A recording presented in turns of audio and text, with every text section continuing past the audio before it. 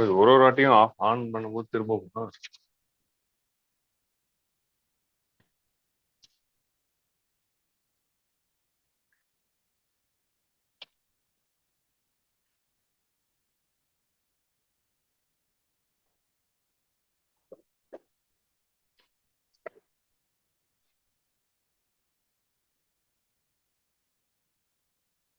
So hi all. So hi to everyone who are in Zoom and hi to everyone who are here. So we'll start the day 2 of the session.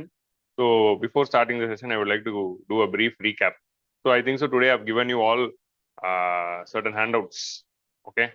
I'll just ask them to share it to online people. Just a second.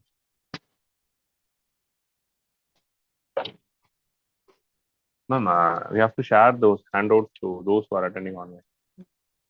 Kadir is having the PDF. Okay. Maybe we'll post in the group or.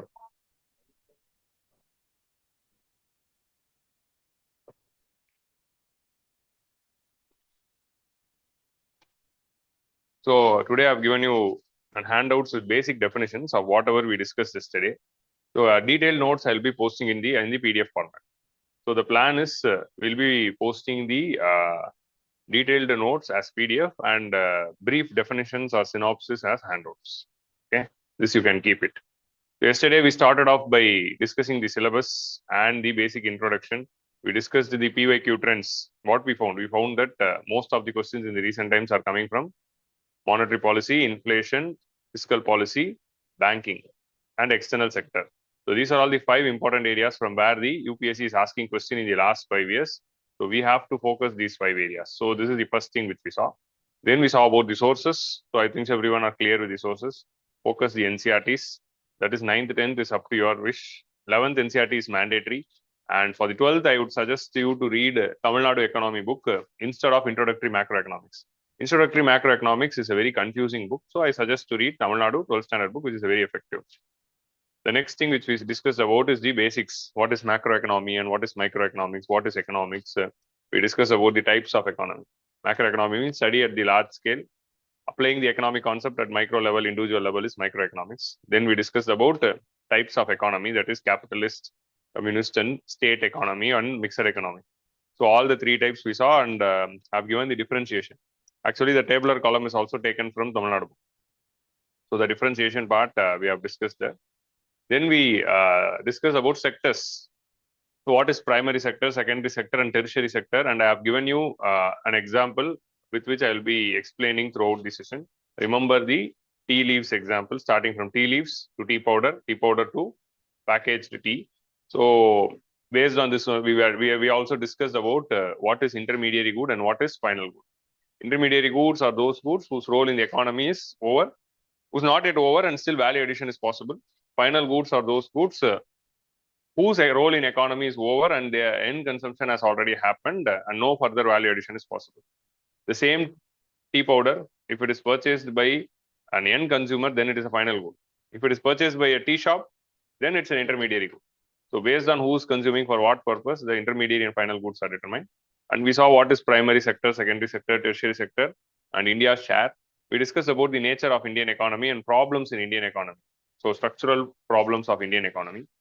And I think so you would have remembered the story. We also started off with the story of evolution of economy from planning to till the GST, what happened, and the important milestones. So this was a brief thing which we did on the yesterday's class. I hope everything is clear.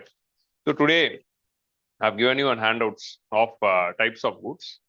So when we are discussing types of goods, I've just given the definitions of types of goods in the handouts. But when I'm discussing, I'll be giving a lot of examples. I request you all to write down those examples when we are discussing so that when you are able to revise it in future, it will be helpful. So write down the examples, whichever I'm mentioning in the handouts. Okay. So this is a brief of whatever happened yesterday. So with this, we'll start the today's session.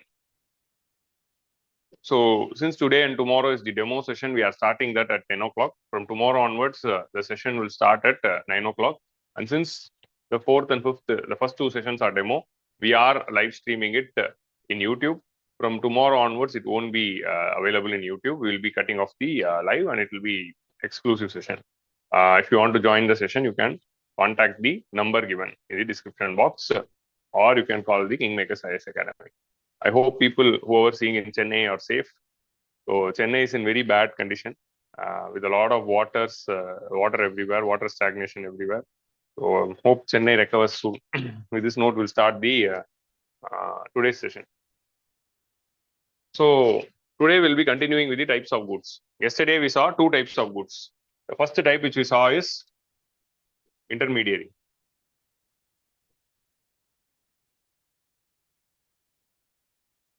The second type which we saw is final good.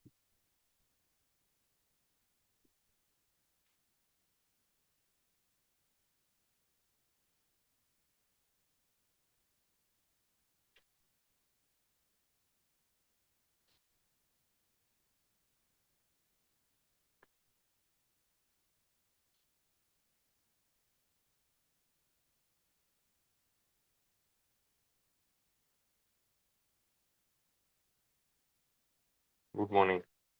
So intermediary good and final good, yesterday we saw intermediary goods are raw materials and final goods are those goods consumed by the end consumer. So the role of the good is over. All the consumer goods are also final goods. Consumer goods are those goods which are consumed by the consumer. So now we'll see the handout for the online students. Yes, I will share it.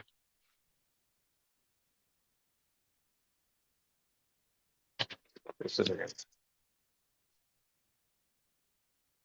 We'll put that in pen drive so that I'll share directly in Zoom. Is there in pen drive?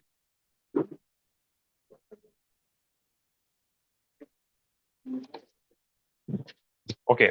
So handouts will be shared to online students soon. So third type of good will start the today's session. It's 10:15, so now we'll start. So the third type of good is consumer good.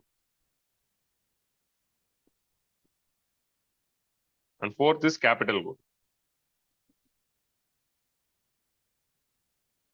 So consumer capital goods. So let's start with capital goods. Capital goods are those goods which are aiding the process of production. So they are not intermediary goods. They won't get transformed into another form. So they will be just aiding the process of production. So production happens only with the help of capital goods. So the difference between capital goods and intermediary good, we have to understand. Intermediary goods are transformed into another good during the production process, but capital goods support and enable the production process itself. Like for example, if you go to an industry, the machineries there are capital goods. If you go to agriculture, in agriculture, we are doing the crop production, food crop production. Tractor or farm machinery which you are using itself is a capital good. So the tractor or the machineries, or if you go to a restaurant, gas stove is a capital good. Or if you take kingMakers IAS Academy, this coaching service, we are producing services here. This board which I am using is a capital good. So here the good is not transforming into any other process, but that is important to deliver the service itself or to produce the process itself. For agricultural production, we need a tractor. For industrial production, we need the machinery. So capital goods are those goods which enable the production process, which aid the production process, and all the goods which are supporting it, that those are capital goods. Consumer goods are those goods which are consumed by the end consumer. So that is the difference. So when you compare capital goods and intermediary goods get transformed into another good, but capital good won't get transformed. They just enable the production process. Both are involved in production process. If you take a restaurant, gas stove is a capital good, but the tomato, tea powder, sugar, onion is a intermediary good. So if you take a car manufacturing industry, the painting unit or assembly line is a capital good, but the iron and steel or tires or steering, they are all intermediary goods. So intermediary goods transformed into another good, but capital good stay in their own form and they just support the production process. So this is the major difference between the capital good and intermediary good, which you have to understand. Okay. So just write down the examples. Only with the examples we can recall them. So next we are having consumer goods. So consumer goods are all those goods which are consumed by the end consumer. So most of the consumer goods are final goods. So the end consumer, when they are consuming, especially the households, they are called as consumer goods. Consumer goods are consumed by the households and by the end consumer. So these consumer goods, in general, goods are also classified into durable goods and non-durable goods.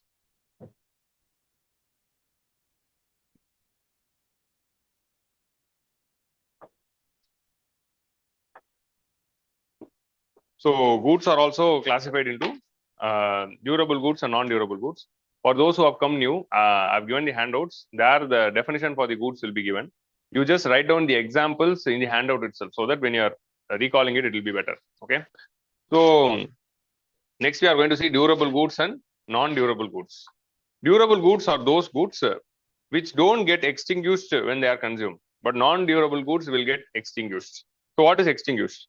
See, if you go to a shop and drink tea, or if you drink a cup of juice, or if you drink fruity or Pepsi, when you are consuming it, the Pepsi vanishes or the juice vanishes. When you are writing in your pen, when you are writing, the ink vanishes. So these goods get extinguished when they are getting consumed. So they are non-durable goods. Okay. So non-durable goods, generally, they get extinguished when they are getting consumed. But durable goods, they stay as it is. Like I'm wearing this shirt is not getting extinguished. When I'm wearing this headphones, the headphones is, and I'm consuming it now, but it's still in own form. And we are consuming this TV, still it is in its own form. It is not extinguished when it is getting consumed. So that is a major difference between durable goods and non-durable. Durable goods, they don't get extinguished when they are getting consumed. They stay as it is. But non-durable goods, they get extinguished. They get vanished. So that is a major difference. So the bike which we are buying is a durable good. But the petrol which we are putting is a non-durable good, because petrol is getting extinguished or vanished. So this is the major difference between the durable goods and non-durable goods. All the household appliances are considered to be durable goods. And all those food items, like which you are consuming, biscuits or chips or whatever, pen, ink, all these things are non-durable goods. So this is the major difference between them. This extinguished or non-extinguished. The one catch about the durable goods is that they don't get extinguished, but they undergo wear and tear. When I'm wearing the shirt again and again and again, it fades. When we are using the computer or laptop again and again and again, it gets slowed down. So they get old. So they undergo wear and tear. So getting old or undergoing wear and tear is the characteristics of durable goods. So durable goods don't get extinguished when they are consumed, but they undergo wear and tear. So that is the difference. So it will get old. So that thing we have to understand. Just a second, I'll share the notes to the online people.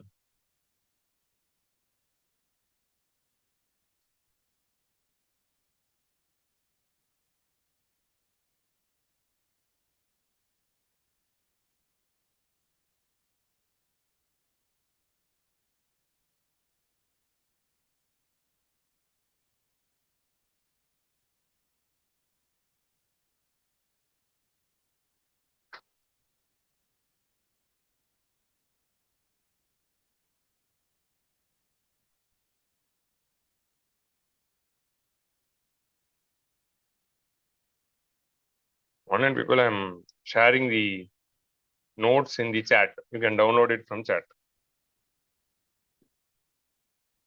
So durable goods are those goods which doesn't get extinguished or vanish when they are consumed, like the chairs which you are sitting.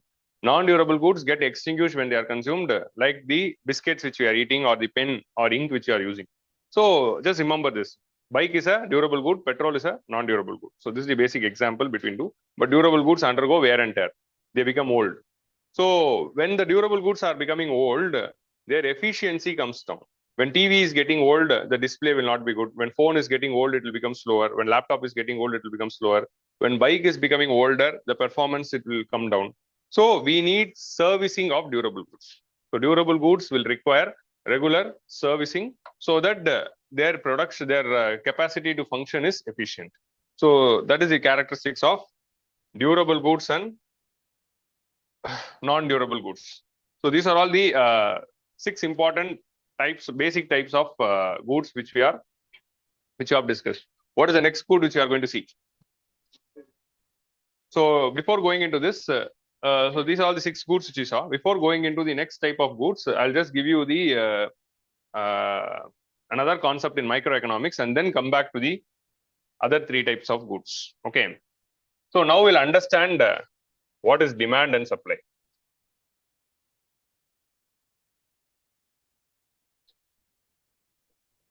So like I said yesterday, I'll just cover certain basic parts of microeconomics, which is relevant in the syllabus. One thing is demand. Okay. So now we'll see about demand. So what is demand? So demand, yesterday we saw the difference between demand and need. Demand is something which is created when there is a purchasing power. When people are having money, only then demand will be created. Need is something which has to be given to people irrespective of they are having money or not, which is bare essential for their survivability. So demand is something occurs when purchasing power comes. So when people are having money in their hands, they create demand to buy goods and services which is being produced. So that is the basic idea of demand. So there is this relationship between demand and prices and demand and income. So when demand will increase in an economy. So when demand will increase in an economy, when people earn income, then demand will increase. So when increase in income happens, then demand will be increasing in the economy. Next, when demand will increase. So first we are comparing demand with income. Next, we are comparing demand with prices. When prices of the goods are falling, then demand for that good will increase. If a goods price is falling, then demand will increase. If the goods price is increasing, then demand will fall. So that is a basic demand law or demand curve which we are discussing. So in x-axis, we are having quantity. In y-axis, we are having prices. Okay. So here we are having quantity, here we are having prices. When the prices of the goods are low, more quantity of the goods will be demanded. Okay. So in x-axis, we are having quantity. In y-axis, we are having prices. When the prices of the goods are low, then more quantity will be demanded. When the prices of goods is high, less quantity will be demanded. Okay. When the prices of the good is rising, no one will be consuming. If tea is 5 rupees or 15 rupees or 20 rupees, people will consume. If it is 50 rupees or 60 rupees or 80 rupees, will we drink tea daily like we are consuming now? We won't. So that is the logic. So when the prices are high, the quantity demanded will be low. So this is the demand curve. So we call this as demand code. Okay. So so demand is determined by purchasing power. Demand will increase if the income of the individual increases. Demand will increase if the price of the good decreases. If the price of the good increases, then demand will decrease. So this is the basic relationship of demand. Now we'll just see about supply.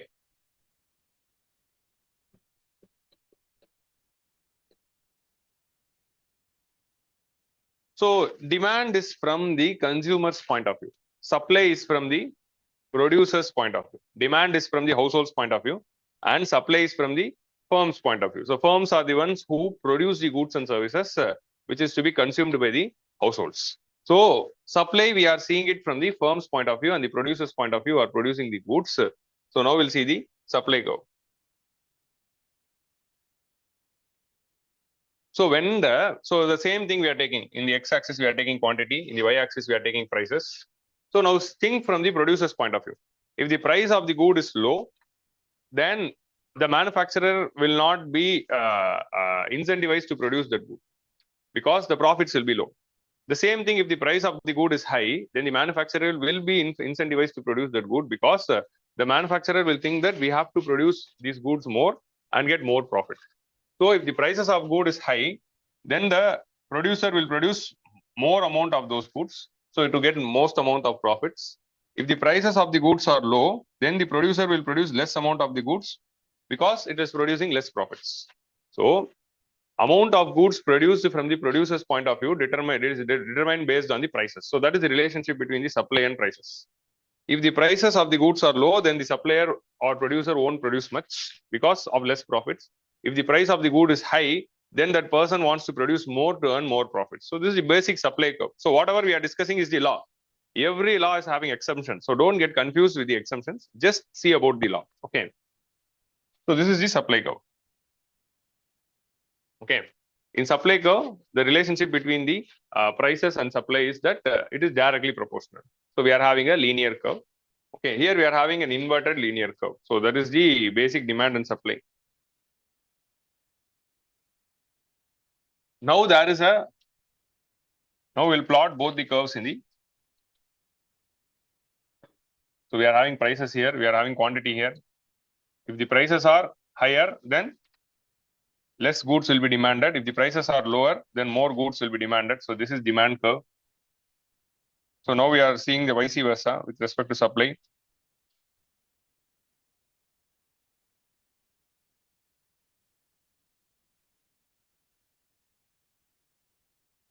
If the price of the good is low, then the low quantity is produced. If the price of the good is high, then higher quantity is produced. Both this demand curve and supply curve will meet in a point called equilibrium point. So this point is called as equilibrium point, point of equilibrium. So if you are going to market, you are going to buy tomato. 1 kg tomato is 50 rupees. Who is determining the rate? We say market is determining the rate. What is market? Market is nothing but interaction of demand and supply. The demand and supply will come together. They interact with each other. They find an equilibrium. In that point only, the price of the goods is determined. So the demand and supply, they both interact in the market. They come to an equilibrium. So this equilibrium determines the price of the good. The 40 rupees for tomato, 30 rupees for onion, and 15 rupees or 10 rupees for tea, or 10 rupees for a pen. How these prices are arrived, what is the prices should be sold in market? It is based on the demand and supply, or the oil prices, which is keeping on fluctuating every day. So this price is called as equilibrium price, and this quantity is called as equilibrium quantity. How much that good will be sold in the market at what prices is determined by the point where it converges. So this is a theoretical concept, nothing to do directly with the prelims. Just for an understanding purpose, we are seeing. Okay. So with this curve also, we can talk about what is happening to demand. Okay. So now we'll talk about the relationship between the demand, supply, and prices. So earlier we saw in the previous curve, we were discussing about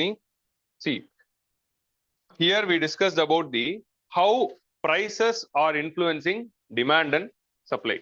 Correct. If price is high, then less demanded. If price is low, more demanded. So how prices are influencing demand and supply, we saw here. Now we are going to see how demand and supply will affect the prices. Okay. How demand and supply is affecting the prices. If demand is constant and supply falls, what happens to the prices? Price will increase. When demand is constant and supply which is coming to the market is falling, then that will lead to the increase in prices. Okay, then price will increase. Similarly, if supply is constant,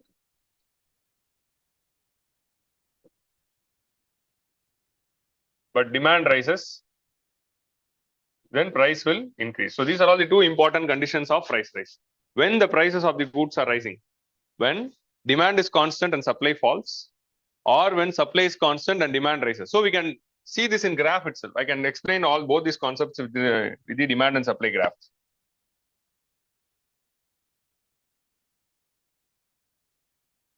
See.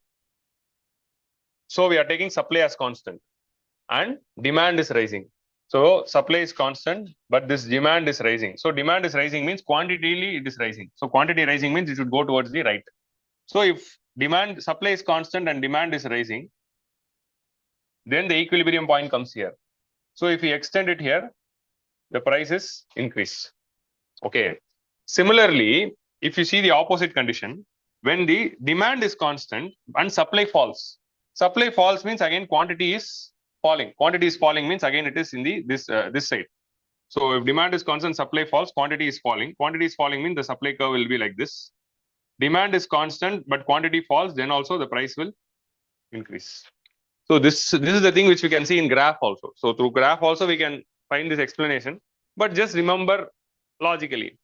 With the graph also we can study all these things, but these graphs are never asked in the exams. Don't get confused by seeing graphs. Just for your understanding purpose, only if you draw all these graphs, people will believe that it's economics. That's why for the namesake, I'm drawing the graphs. These graphs are not important. You just understand the concept, that is important. Okay.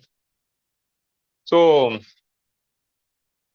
if demand is constant and supply falls, then price will increase. If supply is constant and demand rises. So in market, when supply is constant and demand rises. So what is the example for this?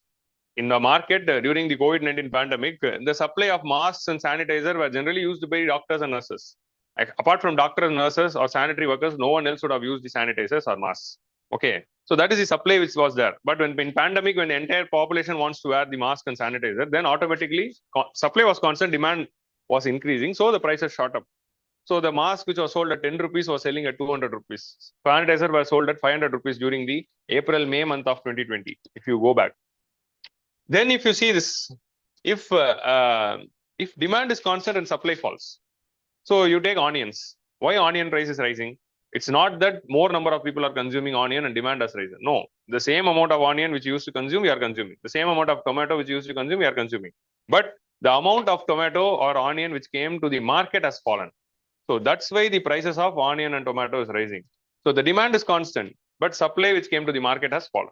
So that's why the prices of onion has risen. So this is the basic difference with respect to how the demand and supply is impacting the prices. So we saw how prices impact demand and supply and how demand and supply will impact prices. The opposite is happens. So for the price fall, when the prices will fall. So let's start with here. If demand is constant and supply rises, then prices will fall. The demand is constant. If the same onion, only 100 kilo onion is enough for the market, but 200 kilo onions comes to the market, means the prices will fall. If more amount of supply is there and less number of people are ready to buy, then automatically the prices will come down. So that is the case there.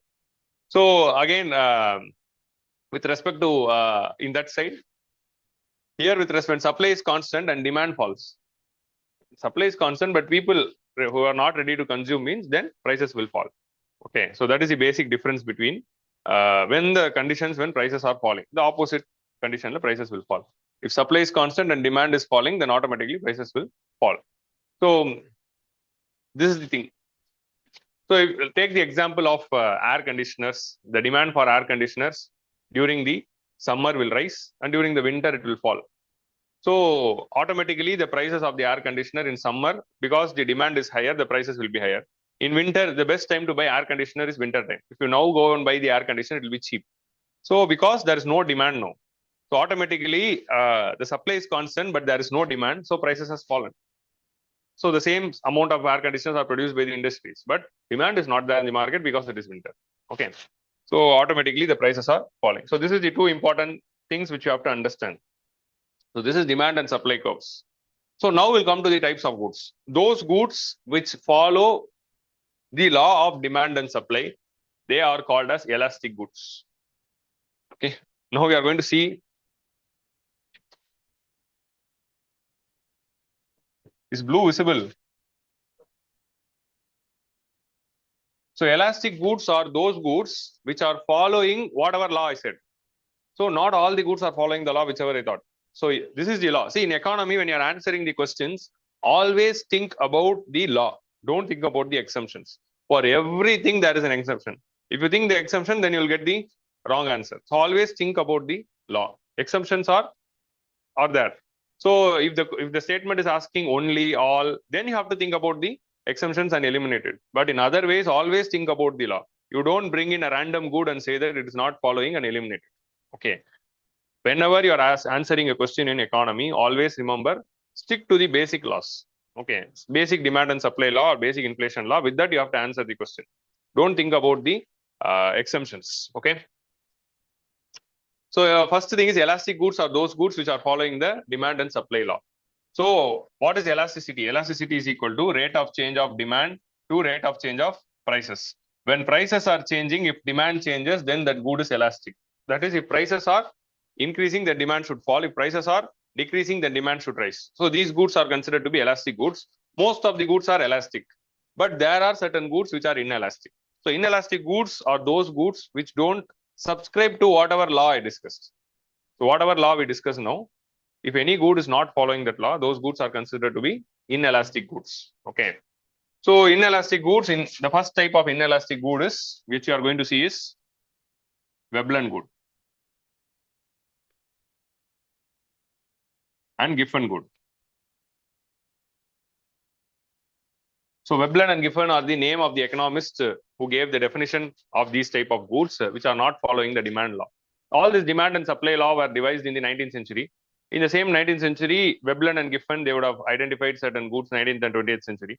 So Veblen goods are generally the luxury goods. Giffen goods are the basic essential goods. Okay. Veblen goods are luxury goods. Giffen goods are basic essential goods. Both these goods will never follow the demand law, whatever we saw now. Okay. So what is luxury goods? Let us see the luxury goods. So take for the example, Apple phone or Rolls-Royce car. What is it? Rolls-Royce car or Apple phone.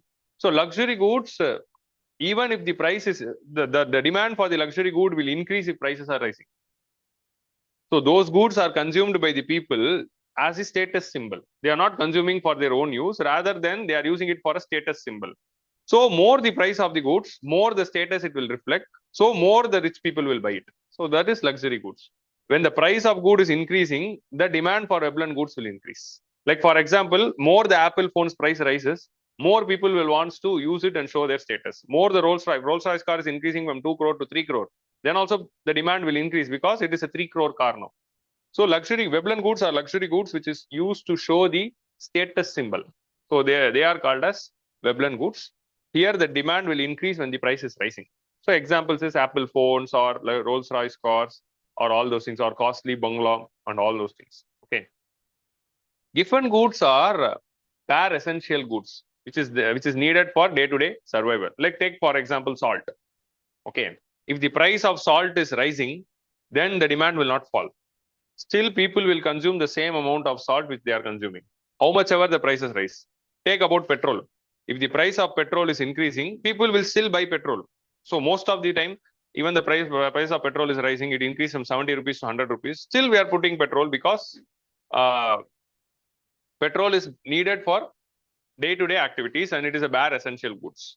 So even if prices are rising, the demand for Giffen goods will not fall. So basic law says that if price rises, demand should fall. But for Giffen goods, it might not fall. For Giffen goods, whatever demand is there, it will be there.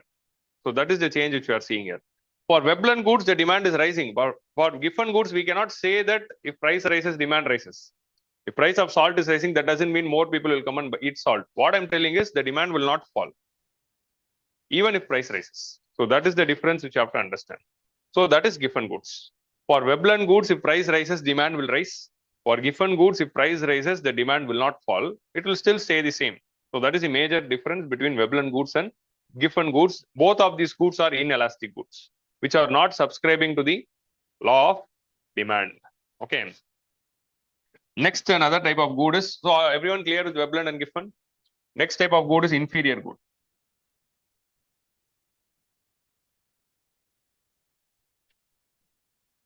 Inferior goods are those goods.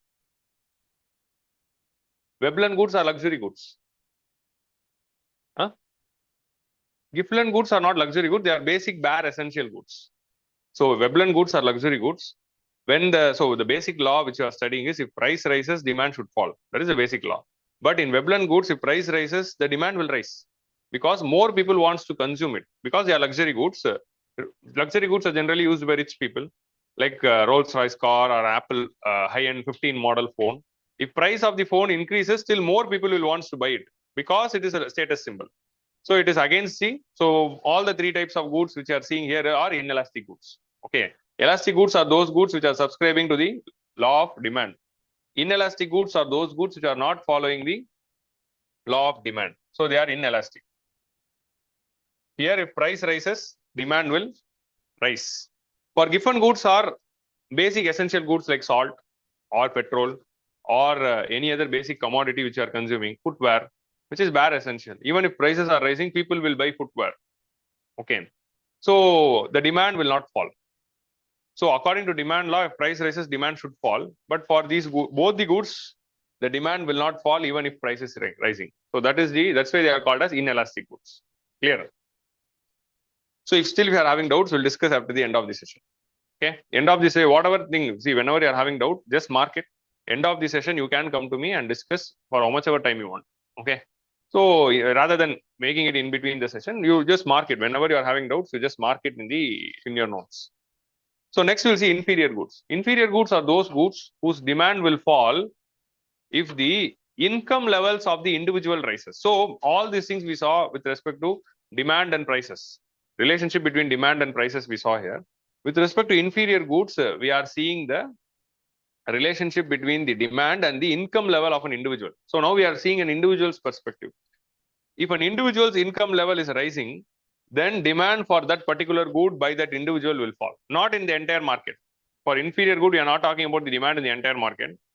For that individual whose income has risen, we are talking. Like take for an example, if you are still an aspirant, not earning, so you will go to a shop and drink 10 rupees tea, or to a poha shop and you'll eat. In a roadside random poha shop, you'll go there, you'll eat. But if your income is 1 lakh or 1.5 lakhs or 2 lakhs, and if you are becoming a millionaire or something, when you are going there, you will not come and eat to a roadside shop and eat. You will not come to the roadside tea shop and drink. You will not use the public transport. So now you are all in the aspirant stage, and now if you are having low income, we'll use public transport, we'll walk. But if we are having higher incomes, we are able to buy a car, we are earning 5 lakhs per month or 10 lakhs per month, then we'll have our own car and we'll not be using the public transport. So when that individual's income is rising, they will not consume certain goods. So those kind of goods are considered to be inferior goods in the perspective of that individual. They are not actually inferior. They are not of some less quality and all. It's just the perspective from the individual's perspective we are talking. Okay. So those goods are considered to be inferior goods where demand for those goods will fall when an individual's income is rising. If you are earning more, you might not come to a roadside shop and eat. You will go to a high-end restaurant and eat.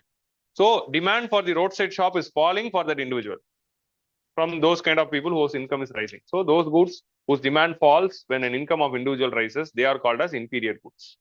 So inferior goods are those goods whose demand falls when income of individual is rising, right? A low roadside shop or public transport, all these things are considered to be inferior goods from the individual's point of view. Till now, so in entire market, the demand will not fall. Still, people will be eating in roadside shops and still transportation will be happening.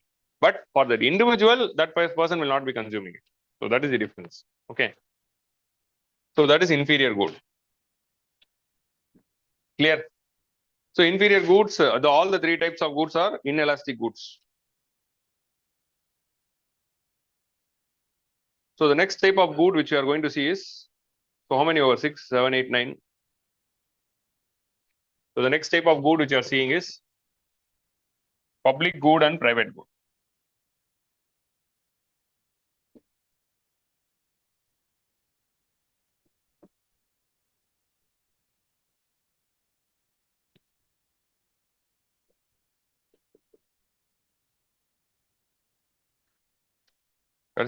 Public good, private good, merit, demerit. Free goods, complementary and substitute goods. Yeah, we'll finish public, private, and then go to the complement. Free good and economic good, then complement. Okay. Public good and private good. So public goods are those goods. So you just write down this good. Non-excludable, non-rival consumption. These are all the two characteristics of public goods. Okay. They are non-excludable and they are having non-rival consumption. So these are all the keywords which you have to understand. Non-excludable means you cannot exclude a group of people from consuming it. That is non-excludable. Okay. So public goods are those goods which is given by the government to the citizens. In most of the cases, they are non-excludable. Non-excludable means you cannot exclude a group of people from consuming it. It is open to all, everyone can consume. That is public good. That is non-excludable. Like a public park, you cannot deny anyone from entering into it. Like a public road, you cannot deny anyone from using a road. So that is non-excludability. Next is non-rival consumption. So you have to understand what is this rival consumption and non-rival consumption. So rival consumption means like, let's take, like we are having 5 chocolates, but we are having many people here. Let's assume we are having 20 people here. I'm having 5 chocolates. So if I'm having 5 chocolates, if I am eating 2 chocolates, only 3 chocolates are left to every one of you. So 2 chocolates will not be available to you. So that is rival consumption. If one person is consuming, it excludes other people from consuming it. That is called as rival consumption. If I am consuming it, you cannot consume it. So that is rival consumption. If I am using this headset, you guys cannot use it now because I am using it. So these are all, this is called as rival consumption. Non-rival consumption means everyone can consume it together. So that is non-rival consumption. In rival consumption, when one person is consuming it, other persons cannot consume the good simultaneously. So that is rival consumption. That is a rivalry. In non-rival consumption means everyone can consume the good simultaneously. There won't be any rivalry. So that is the word called non-rival consumption.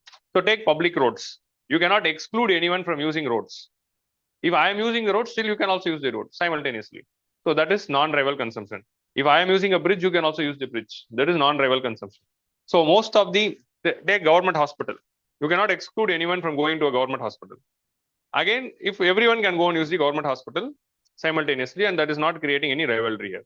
So all these goods which is given by the government is called as public goods. So that is public good. Private good is having rival consumption. An individual can own it. Like this headset is mine. Only I can own it, and I am the owner of it, and you cannot. I can exclude the people from consuming it, and there is a rival consumption. When I am using it, you cannot use it, and I can exclude you from consuming it. When this is my watch. When I am using it, you cannot use it. I can exclude you from using it, and there is a rival consumption. So those goods which are excludable and those goods which are having rival consumption, then they are called as private goods.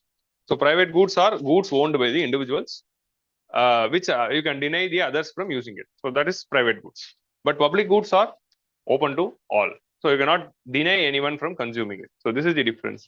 Most of the cases like government, health, education, and all these things are coming under roads, water connection. All these things are coming under public goods, which has to be given by the government to the citizens.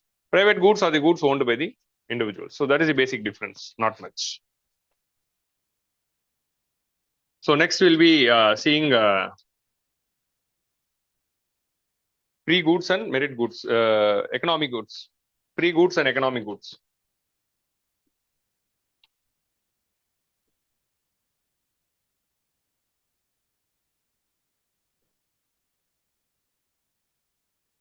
Free goods and economic goods is the next category. Free goods are those goods which are available for no cost. It is available to all and it is available for no cost. Like for example, air. Air is available to everyone. No one can charge it. Water is available to everyone. So free goods are those goods which are available free of cost without any restrictions, which is given by nature or given by the government. But there are certain free goods which became economic goods. Economic goods are those goods which are sold for a cost, which are sold for a price. You have to pay certain money and use it. So those are called as economic goods. But free goods are those goods which are available for free. So that is the major difference here. Take air or take now you take water. Water was free good. Now in the recent times we commodified water. Commodification means converting a thing which is available for free into commodity and selling it. Earlier that would have been available for free. Now you are converting that good into a commodity or a saleable thing and then you are selling it. That is called as commodification. So water is the best example for commodification. Earlier water was available to all. Now we are paying to use water. So water is a free good which became an economic good. So free good are those goods which are sold as free of cost. Economic goods are those goods which are available for a particular price. So next we are so these are all the basic goods. These are not of much significance with respect to conceptually. So it doesn't need any detailed explanation. But the last two types of goods which you are going to see needs a bigger explanation. That is complementary goods. So I need everyone's attention now because if you are diverted, then you might not understand.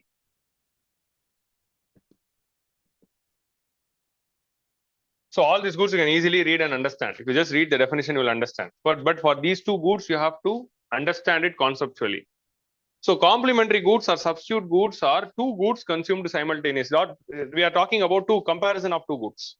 It is not about single goods. Okay, till the 13 types we saw about a single good and we discussed about its type. But for complementary good and substitute good, we are talking about multiple goods here. Complementary goods are those goods which are consumed together. You are consuming those two goods together. Those goods are considered to be complementary goods. Like shoe and socks. Okay, you will always consume that together. Of course, in Delhi, we are using socks even without shoe because of the winter times. But in general, I'm talking. So shoe and socks, you will consume it together. Or badminton, racket and cock. You will consume it together. Or bat and ball. You will consume it together. So these are considered to be complementary goods. Or milk and tea powder. You will consume it together. Don't say I'll drink green tea. Generally, milk and tea powder is consumed together. We are not consuming tea powder separately. So we'll just take it as an example. These are considered to be complementary goods. Those goods which are consumed together. Now, what is the relationship with respect to demand and complementary goods and prices? So we are having good 1 and we are having good 2. Okay. Let's think these two are complementary goods. If price of one good is rising, then what demand law says? Law of demand says. If the price of good 1 is rising, then its demand will fall. Let's take now good 1. If good 1's price is rising, then the demand for good 1 will fall. That is the basic logic, right? Everyone clear? If it is having a complementary good, the price rise of good 1 will not only make the demand for good 1 fall, but it will also reduce the demand for good 2. This is complementary goods law of complementary goods. So we are having two goods here. For good one's price is rising now. Since the good one's price is rising, the demand for good one will fall. Just because it is having a complementary goods, the demand for good two also will fall. So let's take the example of shoe and socks. Okay, if the prices of shoe is rising, then the demand for shoe will come down. Correct. Just because the demand for shoes are coming down, socks demand also will come down. So your socks price is never affected. Socks is just because it is a complementary good of shoe. If shoes price is increasing, the shoes demand is falling. Because shoes demand is falling, the socks demand is also falling. So this is the law of complementary goods. Okay, you take shoe here, socks here. If the price of the shoe is increasing, then the demand of shoe will decrease. Okay, just because the demand of shoe has decreased, the demand of socks will also decrease because no one is going to buy socks alone. They will buy socks only if they are buying shoes. So that is the logic here. The same thing for badminton racket and cars, or bat or ball. Or if you take milk and tea, if the price of milk is rising, then the demand of milk will fall. Just because the demand of milk is falling, no one is going to buy tea powder. If milk is costly, then everyone will be drinking some other beverages. So if milk is become costlier, so no one is going to buy the tea powder. So that is the logic here. Now, don't say I'll drink black tea. It's just for the purpose, for example purpose, we are just explaining, just to understand the law of demand. Okay. So this is the law of complementary goods. You just understand this law, you just write down this example. This example is very important to recall. Now you will understand in the class, but if you fail to write it down, after 3 months or 4 months, when you are taking it and reading the definition, you will not understand. So these are all simple topics. But from next class onwards, we'll be seeing a lot of complicated topics. For all those topics, I'll say a lot of examples. I request you all to write all those examples, because without those examples, you will not be able to understand in the future. When the price of the shoe is rising, then the demand of shoe should fall, but it will also bring down the demand of the socks. So that is the law of complementary goods. Am I clear? So this is law of complementary goods, and we had a prelims question in 2021 from complementary goods and substitute goods. I'll just show you the question. Okay.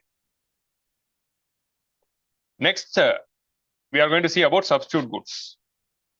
Substitute goods means a substitute good is a good which is a substitute of another good. Like for example, you are having tea and you are having coffee. If you don't like tea, you will drink coffee. So tea and coffee are substitute goods. So you are having sandals and you are having chappals. If you don't like sandals, you are going to wear chappals, or if you are shoe and sandals. So like how we saw shoe and socks, now we'll take shoe and sandals. If prices of shoe is rising, then everyone will shift to sandals. If you understand the logic. So substitute goods are those goods which is used as a substitute for another good. So like let's take the example of same good one and good two. If these two are substitute goods, when the price of good one is rising, then demand for good one will fall. So that is the basic logic, right? The same logic we are seeing here. If price of good one is rising, then the demand for good one should fall. But if it is having a substitute good, then the demand for substitute good will rise, because since the price of good one has risen, people don't want to consume this good one. So they will all shift to good two. So that is the logic here. Now take the example of shoe and sandals. So when the prices of the shoe is rising, then the demand for shoe will fall. When the shoes prices are rising, then people's demand for shoe will fall, because people don't want to consume shoes. So everyone will shift to sandals. So demand for sandals will rise. So just because the price of the good one has risen, the demand for good one is falling. It is not only leading to falling of this good, but is also increasing the demand here. Here the demand of the other good is falling. Here the demand of the other good is rising. That is the difference between complementary good and substitute goods. In complementary goods, its complements demand also will fall. In substitute goods, its substitutes demand will rise, because people will shift to that good. Here they both are consuming it together, but here we are shifting it to the other goods. If prices of tea is rising, instead of selling at 5 rupees, 10 rupees, 15 rupees, they can make it to 50, 60, 70. Then no one will drink tea. So everyone will go to coffee. And they are simultaneously selling coffee at 10 rupees, means everyone will go and drink coffee. So demand for coffee will rise. So that is the logic here. These are all the substitute goods. Am I clear with the examples? Write down the examples. Examples are important. So in complementary good and substitute goods, when price is rising, demand will fall. And in turn, it falls the demand of the complementary goods, but demand of the substitute good will rise. I'll just show you the question.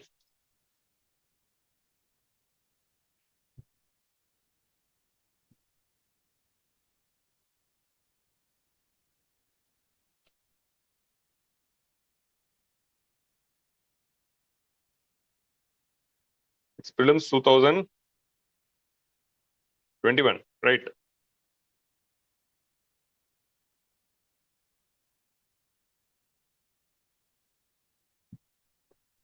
See this question. This is prelims 2021 question. Other things remain unchanged. The market demand for the good.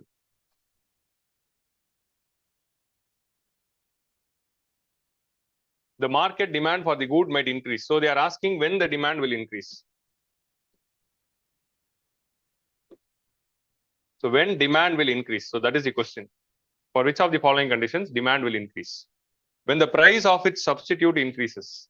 So we are having good 1 and good 2. When the price of the substitute is increasing, then demand for good will increase. So when the price of the substitute is increasing, then good 1's demand will fall. So good 2's demand will increase. When the price of its substitute is increasing, then this good's demand will increase. So they are asking when the demand for the good might increase. So first statement is correct. Since first statement is correct, then automatically B will not come. Of course, we are not getting such questions. It is happy to see when you are getting options like this in PYQs. We missed such kind of options now. When the price of its complement increases, what will happen when the price of its complement increases? When the price of the complement increases, the demand will fall, but this goods demand also will fall. So second statement won't come. Second statement is not coming, then you are eliminating D also. So you are left with 1 and 4 or 1, 3, 4. Then you will see. So you just see the 4. If price falls, then demand will increase. So 4 should come. So you would have, so 4 is right now. Now we'll see the third one. The good is an inferior good and income of the consumer increases. If a good is an inferior good and income of the consumer increases means then demand for that inferior good will fall. So 3 won't come. So answer is 1 and 4. Clear? So this was the question which they asked from microeconomics in 2021. Every year in the last 5 years, at least in 2 years, we had questions based on microeconomics. And the question based on the goods was there in 2021, fourth question. If we go back, when we had questions from goods, if we trace back, it is there in 2010, 2011. So there was this pattern of asking from types of goods in 2010, 2011. Then for 6, 7 years, they didn't ask. So almost 10 years, they didn't ask. Now again in 2021, they are asking. So this is the purpose why we read the PYQs. If you are reading PYQs from 1995 to 2022, you will find all types of questions. So you have to be ready for all types of questions, whichever asked in the last 25 years, because we don't know which will come back, give you the comeback when. So likewise, we saw the trend-based questions were asked from 2014 to 2019. From 20 onwards, they are not asking. For the last 3 years, they didn't ask. It might give a comeback in 2024 or 25. Similarly, the reports and indices. Reports and indices were asked from 2013 to 2020. But after 21, 22, 23, last 3 years, we didn't have any single report or indices because all the institutes started releasing PDFs, reports and indices. UPSC saw that, okay, you're releasing PDF. Okay, I will not ask. So they are not asking for the last 3 years. But who knows, it might come next year. So that is the purpose of reading PYQs. Okay. The same thing with respect to assertion and reasoning type questions. Assertion and reasoning type question, last they asked in 2012. So for the next 11 years, they didn't ask. And again, it came in 2023. After 11 years gap, they again started bringing assertion and reasoning type question in 2023. Last year we had. So this is how UPSC behaves. So that is the purpose of reading PYQs. So clear? So this is a question which came with respect to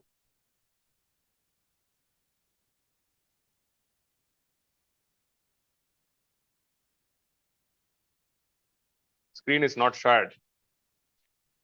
But I think so. It would have been still visible because camera quality is good. I'm sorry, next time I'll share. Oh, camera is also switched off.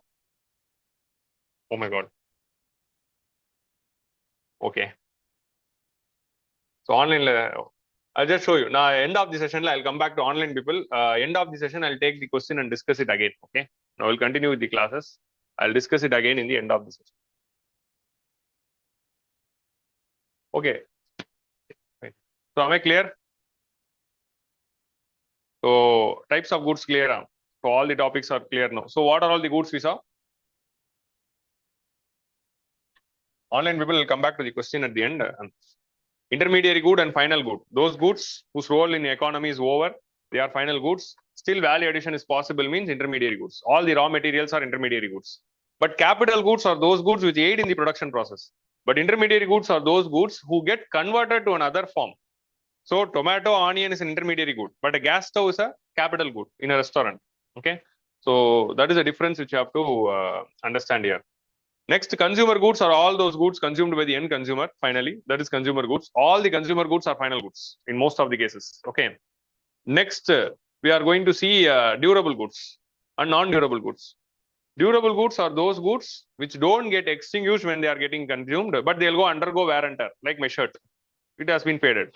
But non-durable goods are those goods who vanish or get extinguished when they are consumed, like when you're drinking a juice, your juice is vanishing. The next we are seeing elastic goods and non-elastic, inelastic goods. Elastic goods are those goods who follow the law of demand and supply. Inelastic goods are those goods who defy the law of demand and supply. Examples are Veblen goods, Giffen goods, and inferior goods. Veblen goods are luxury goods whose demand will increase if price is rising. Yeah. Since the session was slow, I switched it off. So that's why. Giffen goods are those, they are non-luxurious goods. They are basic, bare, essential goods whose demand will not be affected even if price is rising. How much ever the price of salt rises, we will still buy it. Inferior goods are those goods whose demand will fall if the income of the individual is rising. So that is the inferior good. They just asked types of goods, one question, and we are discussing almost 16 types of goods. This is how UPSC coaching goes. Public good. Public goods are those goods which are not excludable and not having rival consumption. So it is open to all. You cannot exclude anyone from consuming it. If one is consuming it, no one other is stopped from consuming. Private goods are those goods which can be excluded and there is a rival consumption. Free goods are available for free of cost. Economic goods you have to pay and buy. Water is an example of free good which became economic good. So complementary goods and substitute goods just now we saw. So these are all the types of goods. Now we'll move on to the next area called national income. So am I clear? So next I would have given the brief formulae which are related to national income in your notes. Okay. So they are just brief formulae for revision purposes. If you want anything to add, you can add. But detailed notes of national income will be shared in the Telegram group. So join the Telegram group now. I think so everyone have joined today. Yesterday you joined. Everyone joined the Telegram group. Who didn't join? Okay. All four of you ask them. Isha ma'am, you ask Isha ma'am. Isha ma'am will say how to join. Okay. So now we'll start with the next chapter, national income.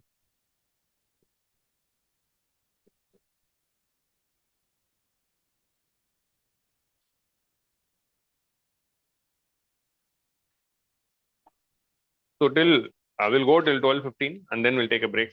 Okay. So national income is the next chapter which you are going to see. So in national income, we are going to see GDP and what is GDP and type various indicators related to GDP and why GDP is calculated. So till now, we saw basic concepts which is easy to understand. From now onwards, from national income onwards, we are going to see a lot of easy concepts only, a lot of concepts which needs your attention.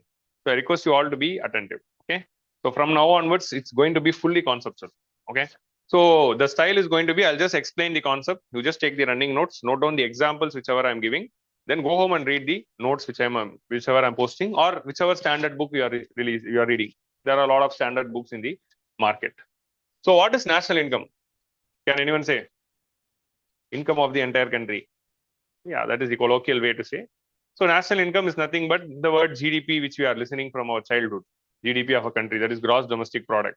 That is the total income of a country. So in order to measure total income of the country, we are using this indicator called GDP, which is called as gross domestic product. So this gross domestic product, what is the purpose of calculating national income? Why we are calculating this gross domestic product? We have to understand first. So the main purpose of calculating such national income is to understand the current developmental status of the country. There are few purposes for this indicator. To understand the current level of development. So national income is used as an indicator of development. If GDP is higher, then the country is good. If GDP is lower, the country is developing or not good. So it is used as an indicator for development. So that is national income. So you can take, it's like marks which you are scoring in preliminary or in prelims test series. So if you are getting high marks, you are in a good position. If you are getting low marks, you have to improve a lot. So it is used as an indicator on your performance. Similarly, GDP is for the country, indicator of the performance. And it is second purpose is used for policy making. If your GDP is low, then you have to make policies accordingly to increase the GDP, to bring in more national income. If GSDP, so you are calculating GSDP at state level, it is called as gross state domestic product, that is GSDP. If GSDP of certain states is higher and certain states is lower, you will give more attention to the states with lower GSDP than the states with higher GSDP. Like all the financial attention and financial sanctions are going to the UP, Bihar, Jharkhand, Chhattisgarh, Rajasthan, Madhya Pradesh, than compared to what is coming to the southern states, because naturally because of the GSDP, because it is having the major role. So for the policy making purposes, you are using national income. So national income is an indicator which is used as a tool to make policies, whether you have to increase the policy or not. For that purpose, you are using it. That is the second purpose. Third purpose is to comparison at international level with other countries. For international comparison, of course, a mark is used to compare. I got 85. How much you got? You got 95. How you got extra 10 marks? So I have to improve more. So comparing from one another, how the marks of an individual are being used. Similarly, GDP is used for international comparison of various economies. So that is the purpose of GDP. So all these things are the main purposes why we are calculating the GDP and national income. Any economic indicator, whichever we are going to study, will have a purpose. So the first indicator or macroeconomic variable which we are going to see is GDP. So before going to the topic, let's understand what is a macroeconomic variable. So any indicator which tells the current status of macroeconomy. Macroeconomy na economy as a whole. Current status of macroeconomy is called as macroeconomic indicators. The objective of the government or RBI or any regulator is to provide macroeconomic stability. So what is the objective of government? Provide macroeconomic stability. What is the objective of RBI? Provide macroeconomic stability. SEBI, macroeconomic stability. What is macroeconomic stability? All the macroeconomic indicators starting from GDP to inflation to money supply to fiscal deficit to current account deficit, all these are all NPS, non-performing assets in banking, current capital adequacy ratio, all these things are considered to be macroeconomic indicators. So the role of government and RBI is always to make these indicators at a stable level, at a controlled level, at a desirable level. So what is macroeconomic stability? If they are asking, that is what we are going to see in next few classes. In various classes, we'll be seeing one macroeconomic indicator. So maintaining the stable performance of that indicator is going to be the objective of macroeconomic stability. So now we'll start with the national income. So now we saw the purposes of GDP. So GDP means it is the national income, means we have to calculate the income of the entire country. So calculating the income of the entire country means it is not an easy job. It's a tedious job. You cannot go to each and every individual and ask, what is your income, and add it and calculate. So that is called a census. Census, what is the difference between census and survey? In census, you are going to each and every house and asking the data, and you are taking the data of everyone. In survey means you are not taking the data of everyone, you are just taking a sample. You are just taking a sample which is representing the population and taking the data from them. So it is impossible to go to each home and take the data of national income. So that's why we are doing censuses for every 10 years. But now it has been already 14 years. So census is due now, 13 years. So census is due anytime. So survey means they are just taking a sample which is representing the entire population, and they are taking only the data. So it is very difficult for us to go and take the data of everyone. So national income indicators are not the real value. They are just an approximate value. They are just estimated approximately to reflect whatever is there. So always it is not going to reflect the economy in the true sense. It is just a reflection. So that thing we have to understand. Again, on the other side, what is the basic definition for GDP? When you are studying GDP, what will be the definition? It is total value of all final goods and services produced in an economy. If you take the definition of GDP and see, it is total value of all final goods and services. So the word final goods and services, you will understand now. We are not taking intermediary goods. We are just taking final goods. So all the final goods and services you are taking, and you are taking the total value in 1 year. Time is very important. It is time specific thing. So time specific means in 1 year, what is the thing? What is the value? So in 1 year, we are calculating what is GDP. So again, you cannot go and ask every firm what is the amount of thing they produced. So we cannot do it. And GDP data is released every quarter. It is not released annually. It is released every quarter. So if it is released every quarter, means for every 3 months, you cannot go and ask every individual's income and every company's production. So so it is very difficult for us to measure in the economy as whole. Whenever we are having difficulty to measure a variable, we will be simplifying it. In mathematics, you will be seeing. Whenever you are having some difficult things to do, you will take a lot of assumptions and you will simplify into a small model and then measure it. So in mathematics, they'll say, let us assume x as 5, and then they'll solve the problem. So whenever we are having some complicated things to measure, we will take some simplifying assumptions and we will try to simplify this complex economy into simplified things. So who are all the participants in the economy? In general, what are all the constituents of the economy? We are having households, like you and me. We are all households. We are having firms, who are all playing a major role in economy that we are dealing. So firms are producing goods and services. Households are consuming goods and services. Firms are also consuming goods and services for themselves. The next constituent of economy is government. Government plays a major role with respect to economy because government is doing expenditure. Government is also a consumer. Government is also doing expenditure. Like for example, last year's budget, we had almost 41 lakh crore worth of expenditure, if I'm right. Some 41 lakh crore worth of expenditure was done by government last year. So 40 lakh crore, imagine. So that is the role of government in the economy. So the next thing which you are having is the financial institutions. They also play a major role, like banks. Banks are the one who is providing loans to the government. Bank is providing loans to the public. Banks is giving loans to the firms. Banks is taking savings from the public. Banks is taking savings from the firms. So banks play a major role with respect to money supply. So they play a major role with respect to economy. Then external sector. External sector means the linkages of the domestic economy with the rest of the world through exports and imports or through foreign investments. So we also export goods, we also import goods. Goods made in some other countries are part of our, we are importing through imports. Goods made in India are sent to other countries through exports. So when we are calculating the total value, we have to factor in all these things also. So these are all the 5 important constituents of economy. Households play their role. Firms play their role. Government is having a major role. Financial institution has a role, and external sector. But if you are calculating the GDP by incorporating all these people, then it is giving a complicated picture. That's why we are simplifying the economy into 2 sectors. We are just taking households and we are taking firms. Since economy is complicated, we cannot go and calculate the value for everyone throughout the year. We are just assuming that in order for understand how GDP is calculated, we are assuming and simplifying the GDP calculation into a basic macroeconomic model. We are assuming that there is no government. Initially, we are assuming. Then we'll incorporate in other methods. We are assuming that there is no financial institution, which means that there is no savings. People are not saving any money. They are expending whatever money they are getting. Whatever income they are getting, they are doing the expenditure. They are not saving. This is the next assumption which we are taking. The next assumption we are taking is there is no external exports or imports. Whatever goods is produced by the economy is being consumed by the households of that particular economy. So this is the basic, the important sectors. So these are all the 3 important assumptions. We are assuming that there is no government, no financial institutions, and no external sector.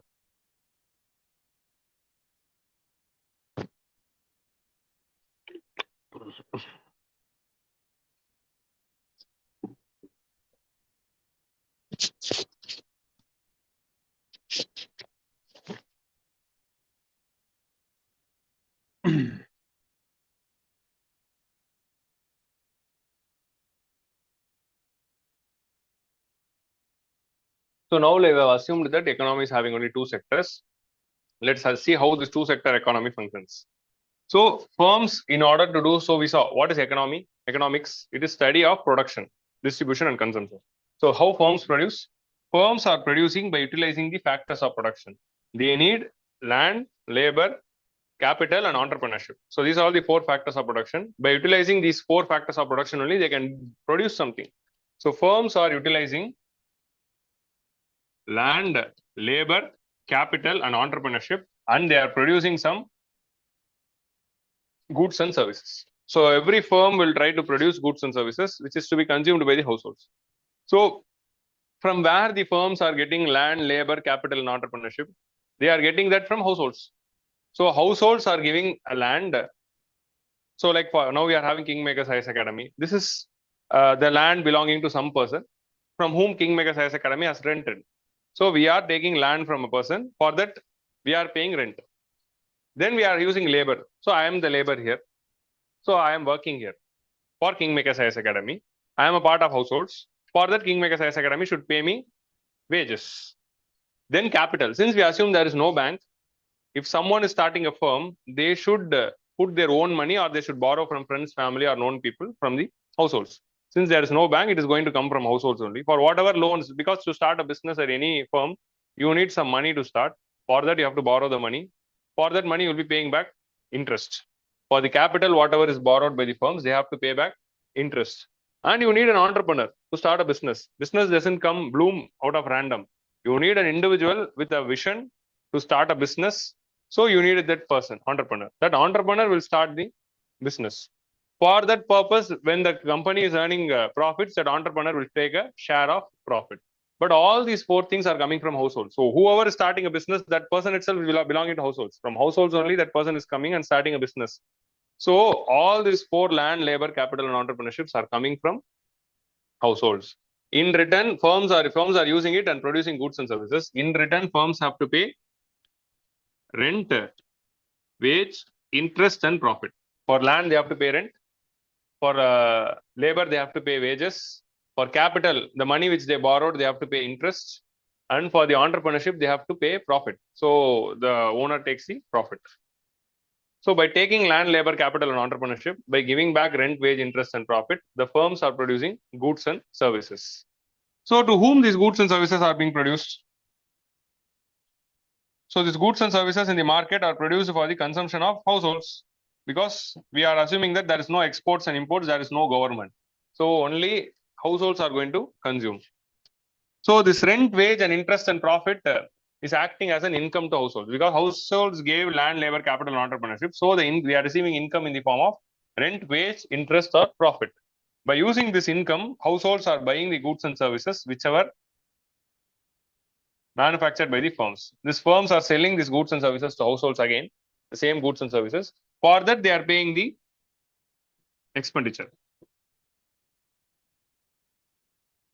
Okay. Households are spending the money whichever they got in the form of rent, wage, and interest and profit. So rent, wage, interest, and profit is the income received by the household. If you take anyone whose income, I mean, in the legal way, it will be in the form of any of these four. Whoever is earning income in the economy, it will be either in the form of rent for whatever land or house they are having, or it will be form of wages if they are working somewhere, or it will be in the form of interest if they are lending loans or giving money, or it will be in the form of capital, sorry, profit if they are the business person, entrepreneurs. So any individual in the economy, if they are earning money, it should be in the form of these four only: rent, wage, interest, and profit. So households using this income, they are buying the goods and services from the firms. So this is the basic macroeconomic model. This process of, the income came to households from the firms in the form of rent, wage, interest, and profit. The same income is used as expenditure to buy the goods and services produced by the firm. So this is, if you see, the money is coming from firms to households, and again it is going from households to firms. So this is called a circular flow of income.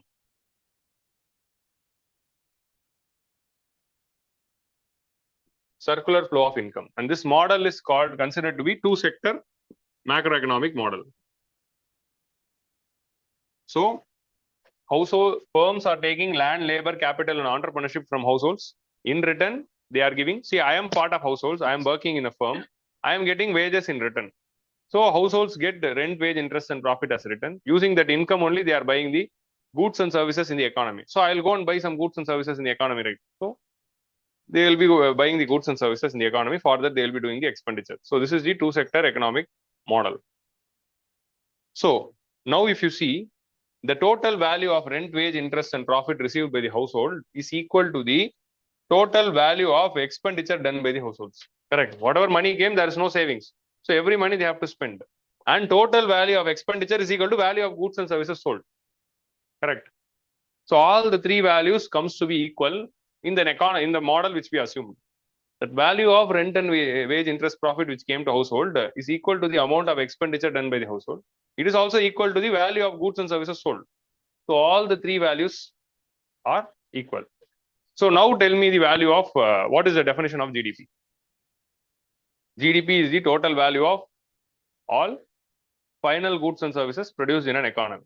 So total value of final goods and services produced in an economy means this. So if you are taking the total value of goods and services produced in an economy and calculating, then that is called as product method.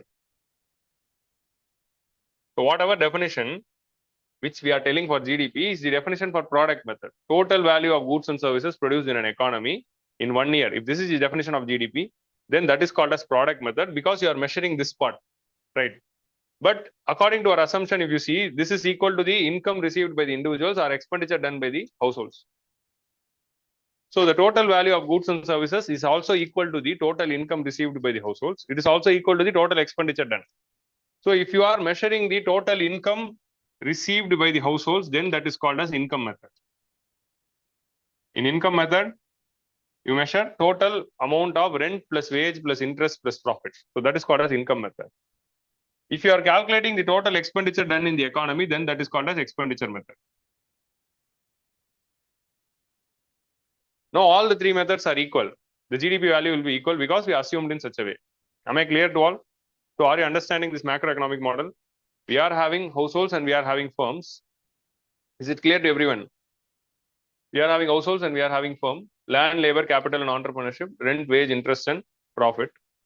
They are getting it written. All this rent, wage, interest, and profit is utilized for buying the goods and services. So if you see all the three values are same. If you are calculating GDP by calculating total value of goods and services produced, then it is product method. If you are adding the total amount of income received by the household, then that is income method. If you are adding the total expenditure done, then that is expenditure method. So this is two-factor macroeconomic model. Okay. So this is how GDP is measured. Now, since to simplify, we used it, but in reality, we are having government. In reality, we are having exports and imports.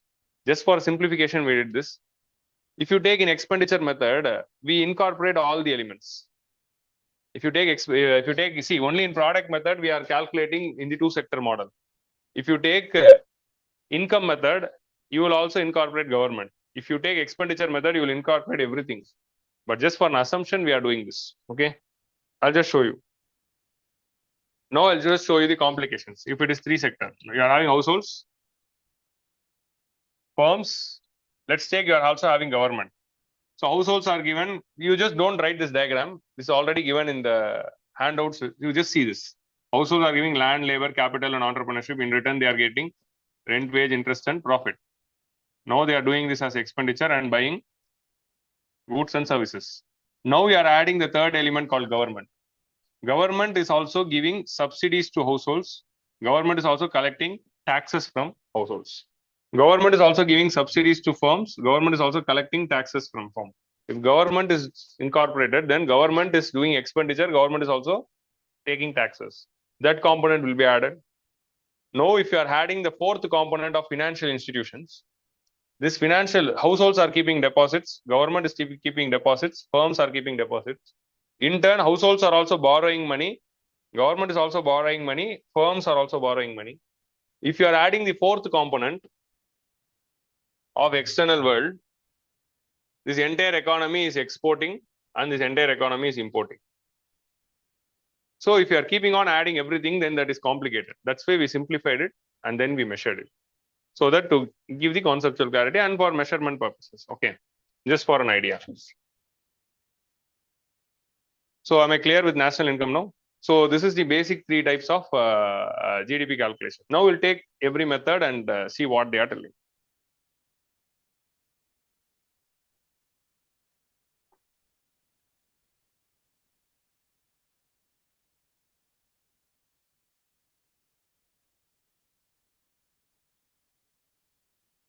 So let's take product method.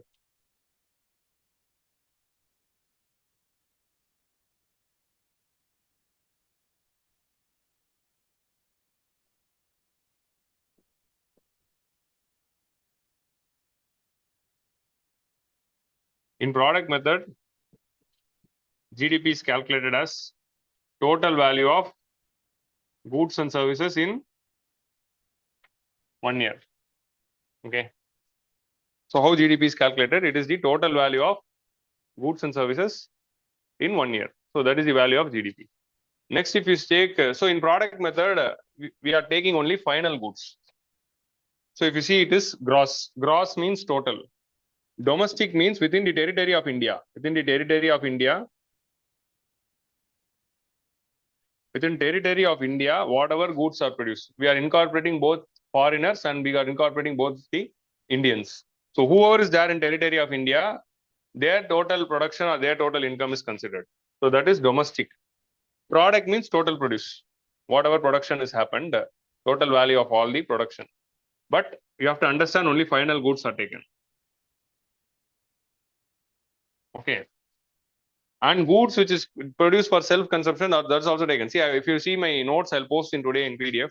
Or if you see the Tamil Nadu book second chapter, they would have detailedly given in all the three methods which is included and which is excluded. So why I'm suggesting Tamil Nadu book means they would have clearly given in income method which is included, which is excluded. In product method which is included, which is excluded. In expenditure method which is included, which is excluded. So this is very important for prelims point of view. Even though we are not having question for the last many years, we might not know, it might come back again. So we have to incorporate all those things. So what is included, not included? Second-hand goods. Second-hand sale is not included in the product method. If you are buying the goods, if the good is produced for the new, then that is taken in the production method. If I am reselling, if I am buying a bike, new bike, then the production of new bike is part of GDP calculation. If I am selling the bike again in the second-hand market after using it for 5 years, then that is not called as production. That is resale. So resale of goods, existing goods is not considered in the GDP calculation. Only final goods are consumed and intermediary goods are also not used. So second-hand sale is not incorporated and intermediary goods are not incorporated. So that thing we have to understand.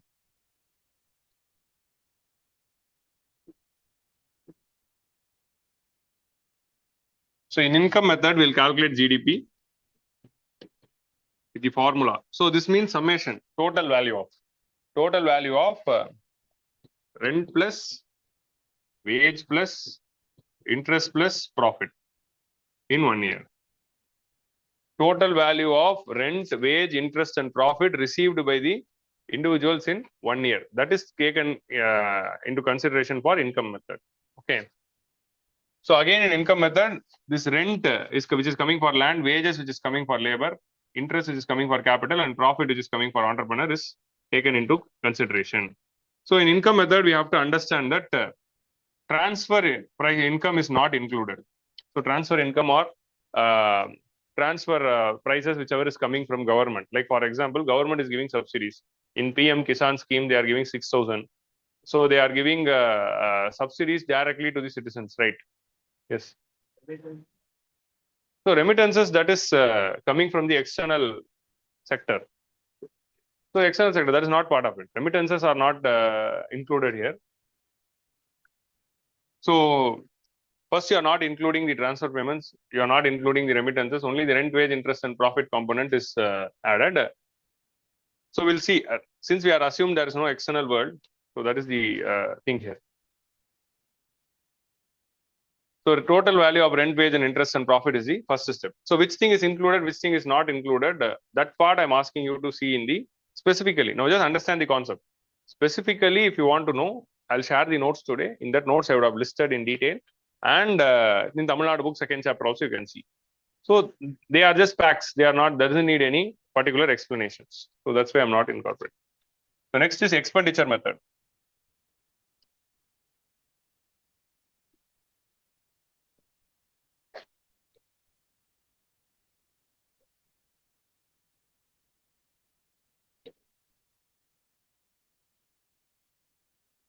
In expenditure method, GDP is equal to, we are using this formula C plus G plus I plus X. Total value of all these things in 1 year. In expenditure, see, in expenditure method, we are incorporating all the 4 sectors. We are incorporating government, we are incorporating external sector also. we are not only taking the expenditure done by the households. In two-factor model, we just simplified and assumed that total expenditure done by the household alone was considered there. C. So here, when we are seeing, we just saw that expenditure done by the household is considered. But in actual expenditure method, we are incorporating all these things and then we are calculating. So C is the, what is called a C? Private consumption expenditure.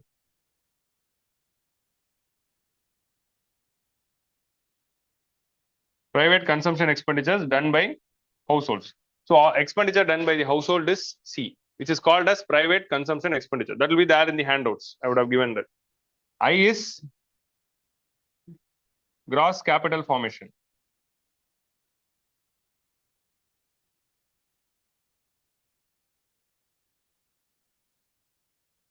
So capital formation means it is the expenditure done by the firms.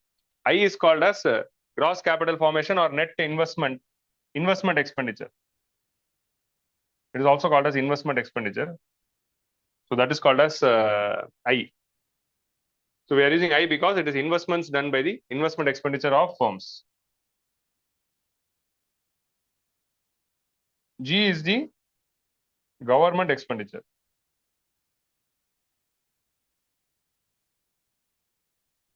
X is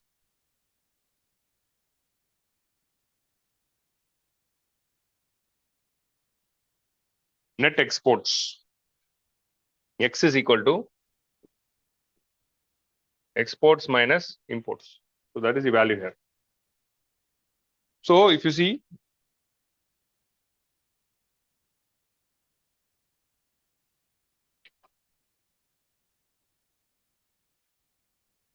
so we are calculating the value of C is the expenditure done by the households. I is the investment expenditure done by the firm. It is also called as capital formation.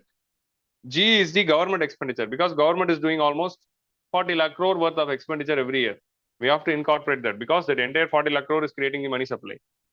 X is the net exports. Net exports is export minus imports because we are buying the goods which is produced in another country and we are bringing it to India, and we are also exporting the goods which is produced in India and it is when it's going outside. So the net value of that is also taken here. So export minus import for India, that is going to be negative because India's imports are higher than the exports. So this is C plus G plus I plus X. So only if you are adding the total value of all these four, C plus G plus I plus X, then you will be getting the total value of GDP in the expenditure method. So now we have to see. So now with respect to pandemic, I'll just take the example of pandemic and I'll explain what happened. In pandemic, we had a recession. Our GDP, it went into negatives. So our GDP was growing roughly in 2014 to 2019, it was roughly at 6, 7, 8%. In 2018-19, it started to decline. In 19, it was already 4%. This 4% growth of GDP, because in 2019, we are experiencing slowdown. This GDP, it went into negative during the pandemic. In pandemic, the GDP growth was minus 7%. In the first quarter, it was minus 20%. Overall, in pandemic year 2020, 2021, it was minus 7%. So minus 7% means we have negative growth rate. So that's why we called it recession. So with why the GDP went into the negative growth rate? If you see, we were having lockdown. Since there was lockdown, none of the individual was going outside. They were not doing much of expenditure. So the C component fell. Private investments. So private investment expenditure, if you see, private sectors were not doing any investments because they were also facing lockdown. Since there was lockdown, there was also supply shock. So all the shops were closed. So none of the private companies could do the business. Since they are not able to do the business, there is no scope for them to do the investments, to expand the business. So the entire I component of the firms came down because all the firms were facing losses. Okay. And the entire world was, international freight transport was affected. So the exports and imports were affected. So C, I, and X, all the three components were gone because of the lockdowns. Lockdowns and the travel restriction imposed throughout the world. So when CIX was all gone, then that entire economy went into negative GDP growth rate. Now, in order to revive the economy back, who should revive the economy? Only G can recover the economy. By G, I am mentioning government expenditure. You don't think it's Narendra Modi ji. Of course, Narendra Modi ji is the government. They did the expenditure. So only G has to come and do the expenditure to bring back the economy. Of course, it goes good in both the meanings. So that's what government did. What government did during the pandemic? They brought Atmanirbhar Bharat package. Through this Atmanirbhar Bharat package, they increased the government expenditure. They boosted the capital expenditure and they increased almost 20 lakh crore worth of package was brought in 2020-21. You see the economic survey of 2021. In the first chapter, you can see what government did to recover the economy. How the economy is considered to be recovering with V-shaped recovery. So 2021 economic survey's first chapter talks about this. Government increased the capital expenditure. They increased the overall expenditure, money supply by 20 lakh crore in order to recover the economy. So when CIX component was falling down, government component increased in order to recover the economy. So this is called as counter-cyclical fiscal policy. Counter-cyclical fiscal policy means when firms are not able to invest, then government should invest. When the economy is going into recession, then government expenditure will increase. If the economy is in the boom, then government expenditure will decrease. Always the government's expenditure is counter to the business cycle. We'll study about business cycle later, then you'll understand. So government increase their expenditure in order to bring back the economy. So that is CGIX. So for every year, when you are studying economic survey, we have to see the value of what is the value of C, G, I, and X, and which was higher or lower, because there might be a potential question. How C is behaving for the last 5 years, G is behaving for the last 5 years, I and X, how they are behaving for the last 5 years. G component is consistently increasing in the last 5 years because of the increase in the capital expenditure component. But this I, X, and C component, they would have never increased consistently in the last 5 years because of the pandemic. So in pandemic, everything went negative. So this is the things which you have to see. Okay. And the next thing which you have to see in the economic survey when you're talking about GDPs, you have to see the share of agriculture, industry, and services. How these three things fared in the last 5 years. If you see both secondary and tertiary sector went into the negative during the pandemic. What happened to agriculture? Agriculture is the only sector which was positive even during pandemic. Agriculture had 3.5% growth rate even in 2020. So agriculture is having consistently positive GDP, but all the other two sectors would have gone down. So these kind of trends you can take from economic survey. Okay. So this is the expenditure method. In the expenditure method, we'll be having C plus G plus I plus X. So adding all those four will give the GDP value. So if you see, expenditure method is measuring the demand side of economy. Product method is measuring the supply side of economy. Okay, so GDP is measured in both the methods. They will be measuring in expenditure method. They will be measuring in product method. Product method GDP value says how much supply is being created. And because that is the supply made by the firms, right? Total value of goods and services produced in a year means that is the total supply which is being created. Expenditure method measures the demand created because expenditure is nothing but creating demand. Expenditure done by the individuals, expenditure done by the firms, by government, and by in the international level, by imports. So all these three things are creating demand. So in order to measure demand, you will be seeing expenditure method.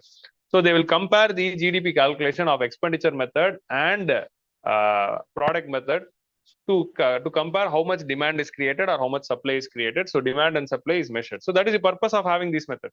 So you'll be thinking why we are having these many methods. In order to measure the demand side, you are using expenditure. In order to measure the supply side, you are using the product. Now you see, what is demand creating the demand? What determines the demand? Demand is created only if the individual is having money, income. So in income method, we are finding how much money is going into the hands of people. Of the national income, what is the money which is going to how much national income is in the hands of the households in the form of income? That component we are measuring in the income method. So these are all the three important components of GDP. Okay. So now we'll see the other indicators. So all of you are clear with these three. What is the purpose of these four things? So these four things is very important. C, G, I, and X. So understanding all these three things, four things is important. So in the Indian economy, the problem which you are facing in the last 3 years is that people's consumption and government's investment, C and I component, are not actively increasing. So they are a bit stagnated.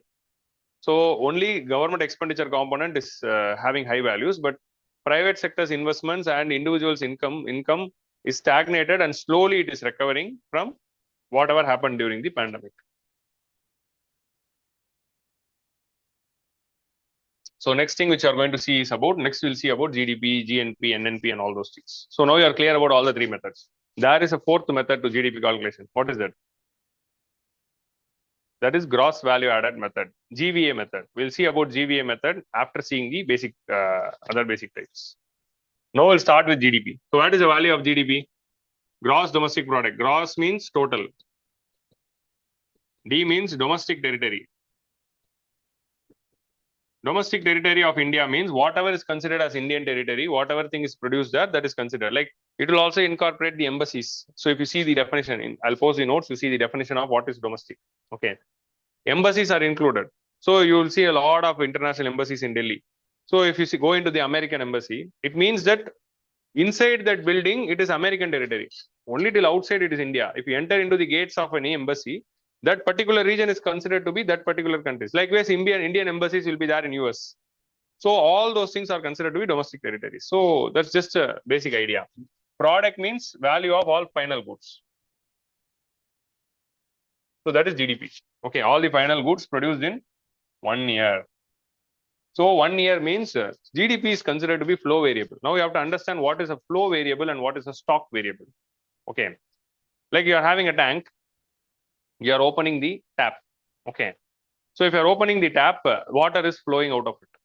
So total amount of water in the tank it's the stock. So stock means you are taking at 9 o'clock what is the water, at 10 o'clock what is the water. So that is stock. But how you are going to measure the amount of water coming out of the tap? If you have to measure the amount of water coming out of the tap, that is measured in the form of how many liters per second. So per second, per minute, per hour. So you have to measure the flow only with respect to time. So that is called as flow variable. So how much water coming out of the tap, how you will measure? How many liters per second? So you cannot say 2 liters coming out of the tap. We cannot say, because for every second 2 liters will be coming. So 2 liters per second, 4 liters per second. So all the thing which is flowing. So if you are measuring the total amount of water in the tank, you can say 2 liter, 5 liter, 6 liter, because it is stock, it is static. But if you are measuring something coming out of the tap, then that is flow. You have to measure with respect to time. So GDP is a flow variable. So what is flow variable? Because it is a continuous thing. Something which is continuous, that is called as flow, because production is happening throughout 365 days. It is not just ending on December 31 and again restarting on January 1. December 31 production will happen, January 31 also will happen. Our financial year ends at March 31. So March 31 also production will happen, April 1 also it will happen. So production is a continuous process. If you have to measure the production, then you have to take a particular time period and measure. So that we are taking it as 1 year, from April 1 to March 31. So that is a value of 1 year. So all the flow variables will have a time component. Within a particular period of time only you will be measuring, and GDP is a flow variable. So you will be seeing this word in the NCERT. GDP is a flow variable. So the meaning of flow variable I'm explaining. Flow variable means it is something which is continuously happening. Something which is continuously happening, if you have to measure, you have to take the time period. Within this time period, how much flew? So that is the value of flow variable. Okay. So now from GDP, we are going into gross national product. Okay.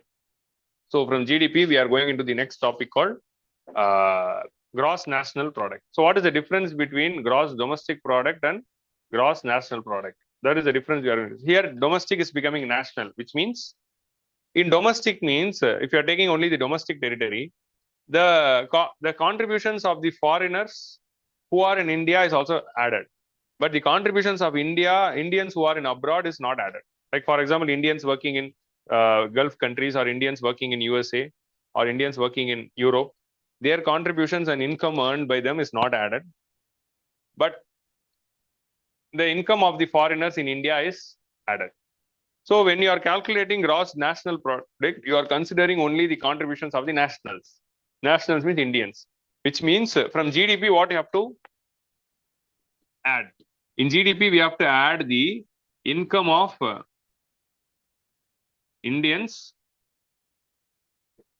abroad. Correct.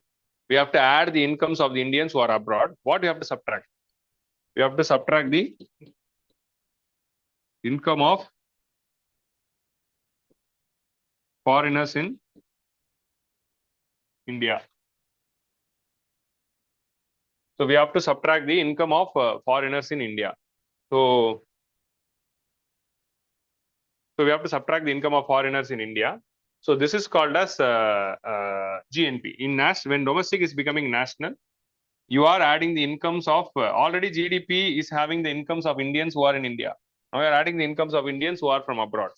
But GDP is having incomes of foreigners who are in India. So we are subtracting it. So from GDP, we are adding the incomes earned by the Indians in abroad, and we are subtracting the incomes earned by the Indians in income earned by the foreigners in India, and we are getting GNP. So this component is called as net factor income from abroad. GNP can also be written as GDP plus net factor income from abroad. NFIA means net factor income from abroad. Net factor income from abroad is equal to incomes earned by the Indians abroad minus income earned by the foreigners in India.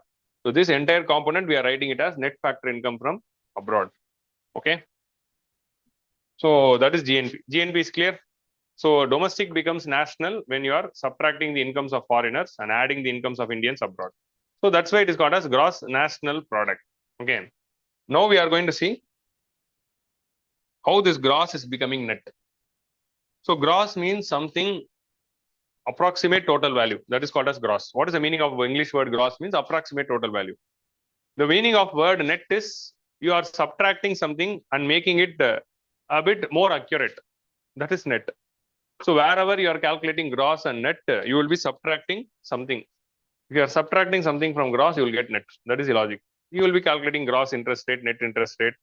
So that is another area. So wherever from gross to net you are getting, you will be subtracting. Here we are subtracting a component called, now you are going to see net national product. Gross national product minus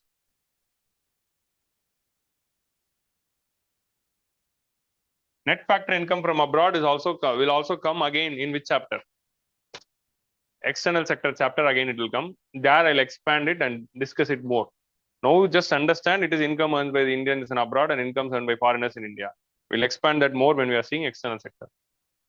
Now depreciation. Depreciation, this word also will come again in external sector, but that depreciation is different and this depreciation is different. Okay, depreciation is having two meanings in economy. In national income, it means wear and tear undergone by the durable capital goods. So what is depreciation? So when gross is becoming net, we are subtracting something called depreciation. So depreciation means it is the wear and tear which is undergone by durable capital goods. Okay. So let's take this example. So we bought this TV for doing the live classes or classroom classes. So when the TV is new, it will perfectly work, and my teachings will be good. If TV is becoming old and we are not servicing it regularly, what will happen? Slowly, it will be starting to hang. It will become slower. If TV is slower and it is hanging, means what will happen? Then the quality of service which I am delivering will not be good. So the quality of service produced determines on the quality of the capital good. So TV is a capital good, right? So if capital goods is undergoing wear and tear and if it is becoming older, the quality of the good which is produced is also not up to the mark. So the loss of quality because of the wear and tear undergone on the capital good is being subtracted here. Like take this example. So now we are in a car industry. You are using this robotic painting machine. So robotic painting machine in a car industry is called as, it's a capital good. Okay. So that car industry will have a robotic. So that when the machine is new, it will paint the car in a very good way. But once the machine is getting older, when time goes, when the machine is getting older and the servicing is not being done, then the quality of painting which it does to the car will not be good. So there is some reduction in quality. Or take a Xerox machine. In kingMakers, if you see, another capital good is a Xerox machine, which is printing you all those handouts and copies or test series question paper. When that machine is new, it will print very good. When it is getting older, the copy will not be good. It will be light and it will not be good to read. So whatever goods are being produced, its quality is affected when the capital goods are becoming older. So that's why capital goods needs regular servicing. If you are not regularly servicing capital goods, then that goods will become older. It will undergo wear and tear. That wear and tear will reduce the quality of goods being produced. GDP is nothing but measure of total value of production of goods and services. But the total value of production of goods and services, the quality of goods are being now lessened because of wear and tear. So that component we are adjusting statistically. So subtracting depreciation is statistical adjustment of the wear and tear or the fall in quality because of the capital goods becoming older. So that is the thing. It is a statistical thing. So just to get the net value. Okay. So that is depreciation. So depreciation means wear and tear.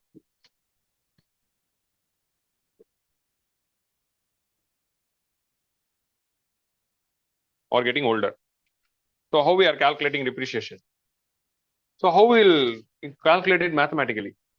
So in mathematically, we are calculating depreciation by taking the value of good divided by lifetime. So what is the depreciation? Let's say we are having a Xerox machine in kingMakers. That is a capital good used here to produce the services in the form of question papers or the notes. So value of Xerox machine is 5 lakhs. Let's assume its lifetime is 10 years. Then what is depreciation for every year? If the value of Xerox machine is 5 lakhs, then its lifetime as per the manufacturer says it is 10 years. After 10 years, you have to buy new machine. So then depreciation for every year is 5,000 or 50,000 for Xerox machine. So every year when GDP is being calculated, they will be subtracting this 50,000 from GDP calculation. So that is the logic here in order to incorporate that loss in quality of the capital goods. So Ministry of Commerce and Industry is releasing the value of depreciation for all the goods in India. So of course, GDP is calculated by which ministry? It is calculated by Ministry of Statistics, National Statistical Office, NSO is calculating it. But the depreciation value for all the goods and services in India is released by Ministry of Commerce and Industry. So that is one thing which you have to see. What is another indicator released by Ministry of Commerce and Industry? CPA, no, not CPA, WPA. WPA is another indicator which you'll see in inflation, wholesale price index. So if you are subtracting inflation, then that is NNP. So is it clear now? What is NNP? Similarly, there is something called NDP, net domestic product. Net domestic product. What will be NDP? NDP will be GDP minus depreciation. Correct. So these are all just the indicators to measure GDP in a different way. So we are having GDP, which reflects the total production in the economy. Gross national products reflects the contributions of that particular country's nationals, which is a bit accurate value. Subtracting depreciation and adjusting it statistically will give you the most accurate value.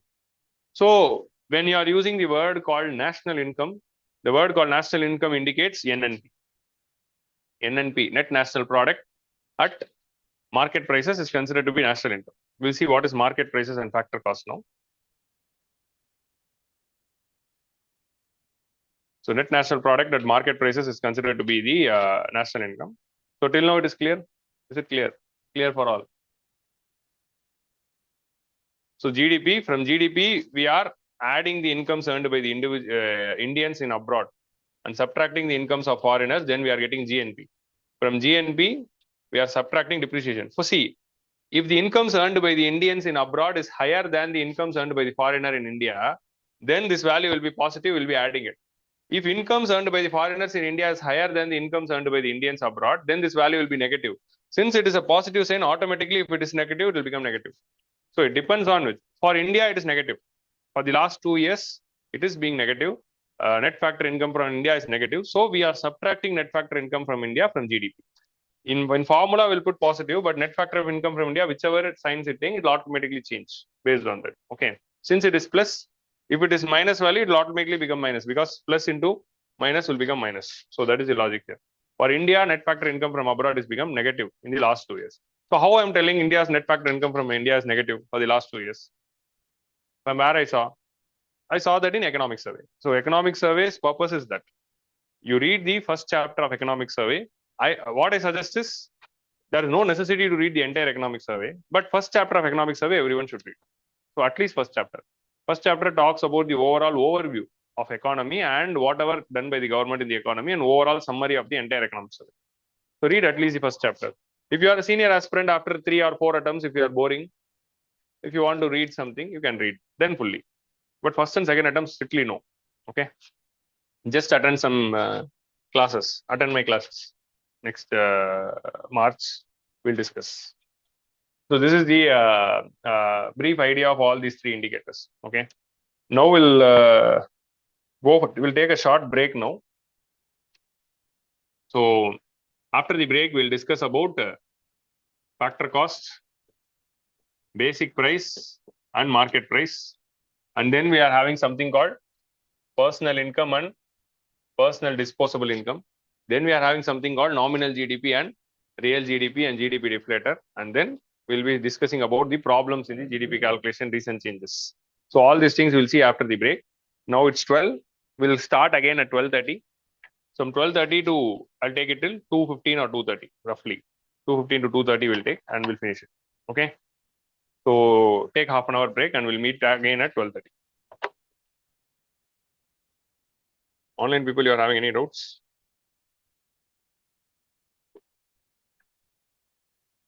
Online people, you just don't go wait. I'll just show you the question whichever we discussed since you asked. People in offline, you can take break. I'll just discuss the question for the online people.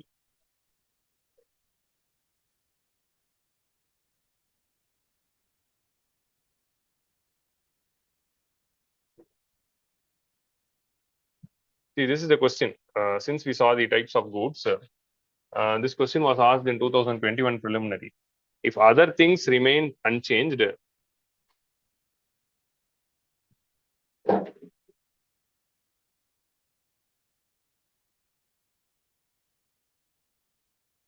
if other things remains unchanged in the market, demand for the good might increase. So they are asking when the demand will increase in the question. When the price of its substitute increases. So we are having good one when we are having good two. So good two substitute is good one. When the price of the good one increases, then the demand for good one will decrease. So when demand for the good two will decrease, then its substitutes demand will increase. So we just saw substitute goods, the demand will increase. So one is correct because they are asking increase in demand.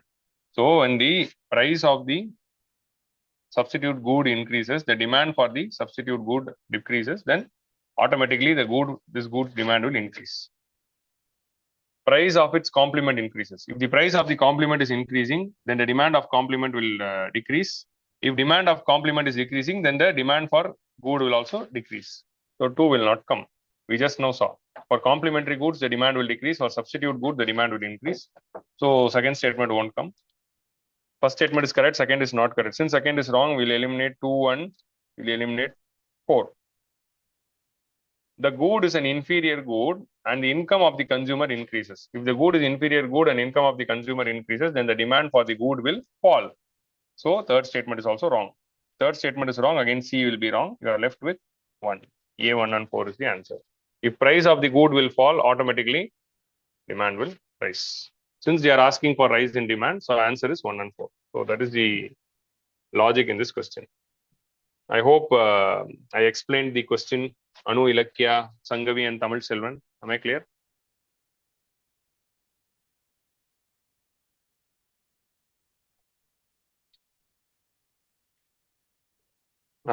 முடிச்சிடலாம் உங்களுக்கு break விட்டு வரேன்.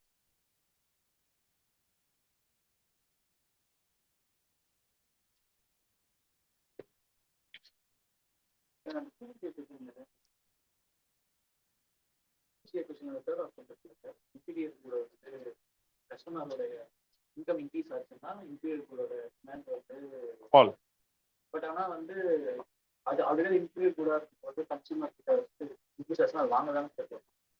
இல்லங்க income அதான் inferior குட்னாலே தனி type of good. If the good is inferior குட்னா நீங்க அதான் சொல்ற ரூல் தான் பார்க்கணும். இன்ஃபீரியர் குடோட ரூல் என்ன? இன்கம் ஆஃப் தி அவங்க பணக்காரங்க ஆயிட்டாங்கன்னா அந்த கூட வாங்க மாட்டாங்க. ஏன்னா அவங்களோட ஸ்டேட்டஸ்க்கு அது உகந்தது இல்லை. அதுதான் அதனால தானே அது வந்து இன்னெலாஸ்டிக் குட்னு வச்சிருக்கோம்.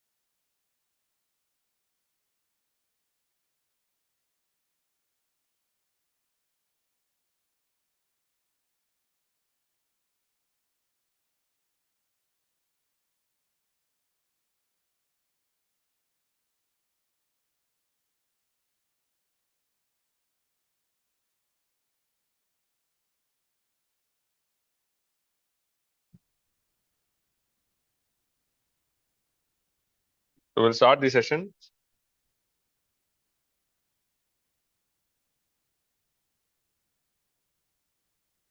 Online people.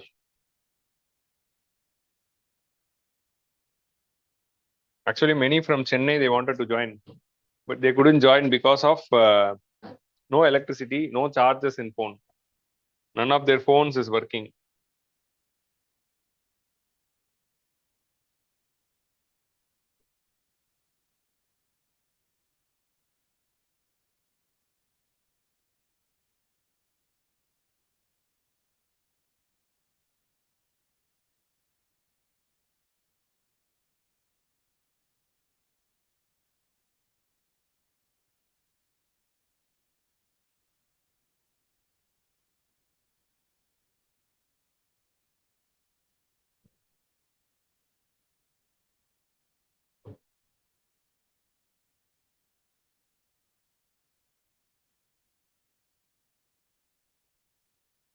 So we'll continue the class. Now we'll see these topics, factor cost, market price, basic price, and all those things.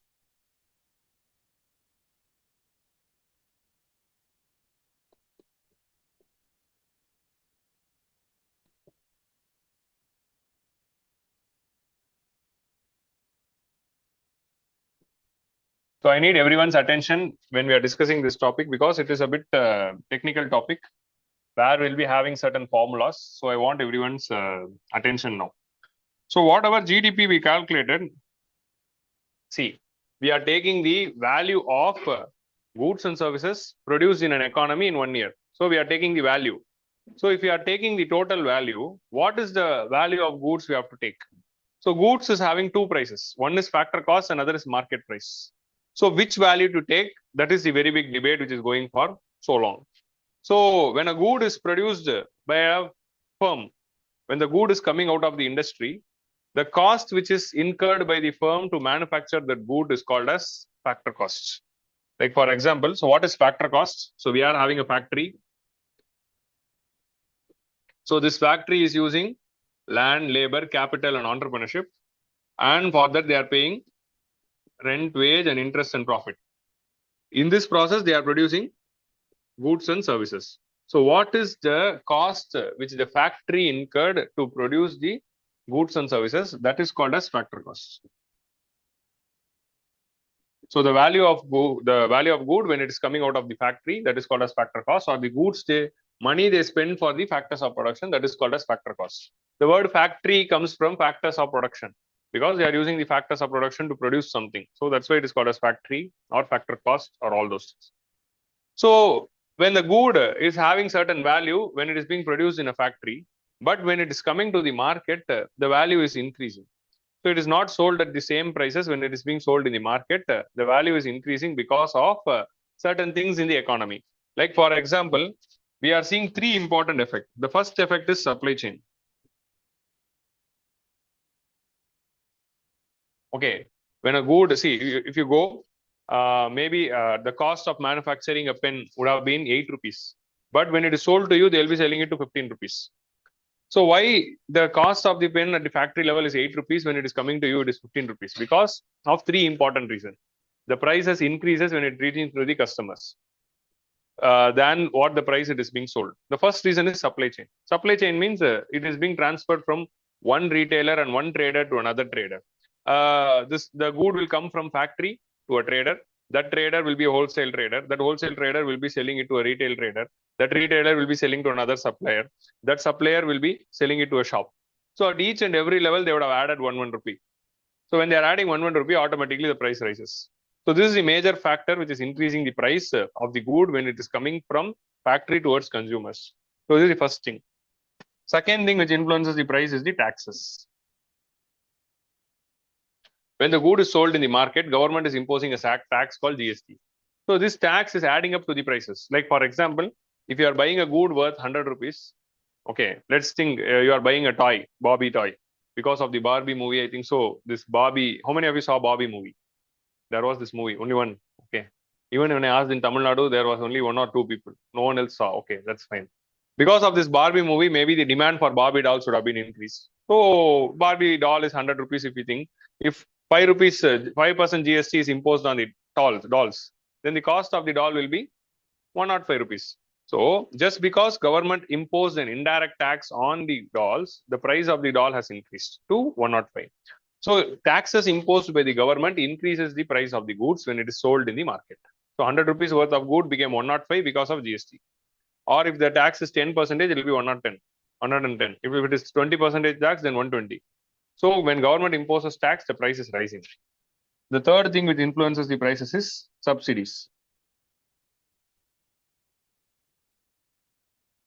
When government gives subsidies, the price of the goods will fall. So if you take rice, the cost of 1 kg rice is roughly from 40 rupees to 60 rupees. Okay, nominal rice if you buy, it is 40 rupees to 60 rupees. But if you go to ration shop, how much it is? It is 3 rupees. 3 rupees is according to National Food Security Act. So 50 rupees worth of rice is sold to 3 rupees. Means government is paying the subsidy of 47 rupees. So government is paying 47 rupees as subsidy. So when government is giving subsidy, the price of goods is coming down. The cost of rice was 50 rupees. But when it is coming to the consumer, the cost of rice became 3 rupees. So government gave the subsidy of 47 rupees. So when government is giving subsidy, the price of good will fall. So taxes leads to increase in prices. Subsidy leads to decrease in prices when it's come to the consumer. So a good is produced in a factory. The total cost incurred by the factory to produce the good is factor cost. But because of the supply chain and taxes and subsidies, the price changes when it is coming to the market. So the price at which the consumer is buying the goods from market is called as market price. And that is being influenced by these three things. Supply chain varies from country to state, people to people, good to good, trader to trader. So we cannot incorporate the supply chain changes while calculating GDP because it is very complicated. So we are not considering that while calculating the market prices. So we are just taking taxes and subsidies. So a good, when it is coming out of the factory, the cost incurred to manufacture that good is factor costs. With this factor cost, when government is imposing taxes, the price of the good is increasing. Government is giving subsidies. So price of the good is decreasing.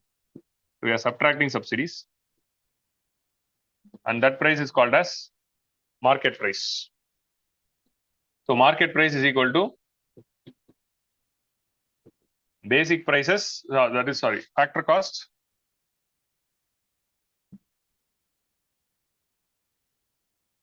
market price is equal to factor cost plus taxes minus subsidies.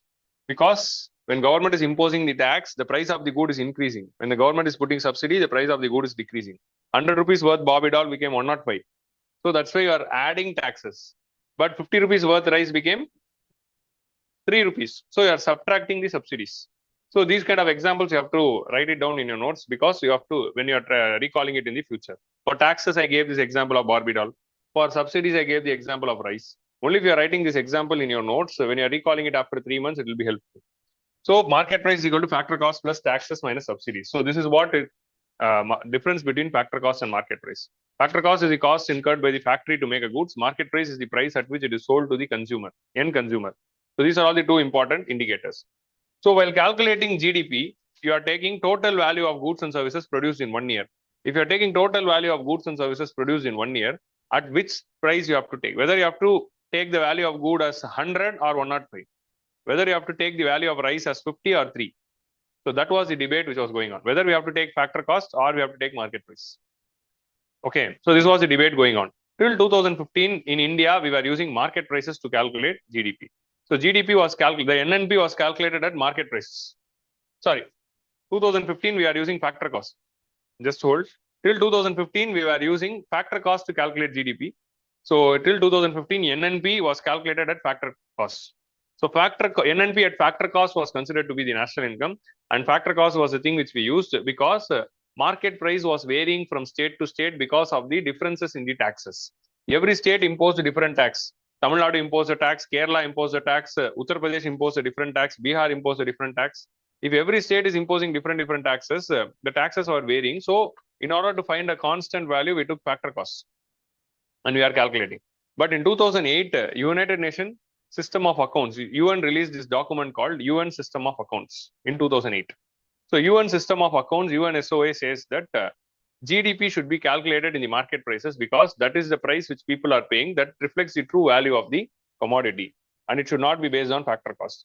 We incorporated that recommendation in 2015, and now we are calculating national income in market prices.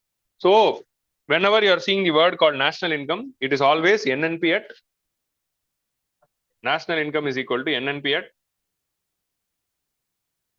market price. So till 2015, it was factor cost, but now we are calculating GDP, national income at market prices. So in 2013, there was this question: national income in India means what?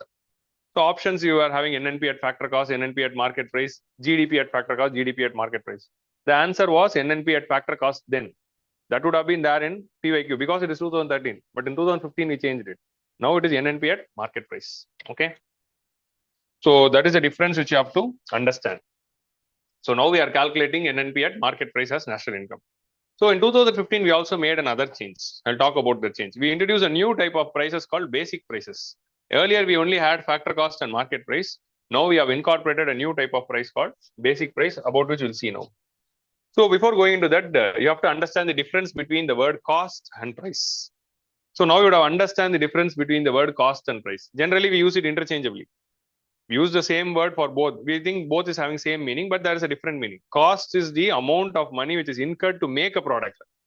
When you are using the word price, it is the price at which it is being sold in the market after incorporating profits or all those things. So whenever the price word is being there, it is the word at price at which it is being sold in the market. Cost indicates the amount of value it took to make that product. Okay. Economically, that is the difference. Factor cost and market price comes from there. Now in 2015, they incorporated another thing called basic prices. So UN system of accounts only gave this thing also. UN system of accounts said that so when we are calculating market price, we are just taking the taxes and subsidies which are imposed on the products. So the taxes which we considered here, the 5% tax imposed on a Barbie doll is a GST which is imposed when the consumer is buying it. The subsidy for the rice which we subtracted, 47 rupees. 50 rupees worth rice is being sold at 3 rupees in ration shop. Then that 47 rupees is the subsidy. So that subsidy is we are subtracting is the subsidy given to the consumers for the citizens. So only when the crude is sold, the few taxes are imposed and few subsidies are imposed. Only that is being incorporated in the market prices. But government is also giving taxes, and government is also imposing taxes and giving subsidies to the firms. We are just taking the taxes and subsidies given to the consumers or citizens, and we are just calculating market price. But government is also imposing taxes on firms. Government is also imposing taxes on subsidies on firms. We have to incorporate that also. And after incorporating that, we are getting basic price. So UN says that you have to incorporate that. So now they are using this word called production tax and production subsidy, product tax and product subsidy. Okay. Production tax,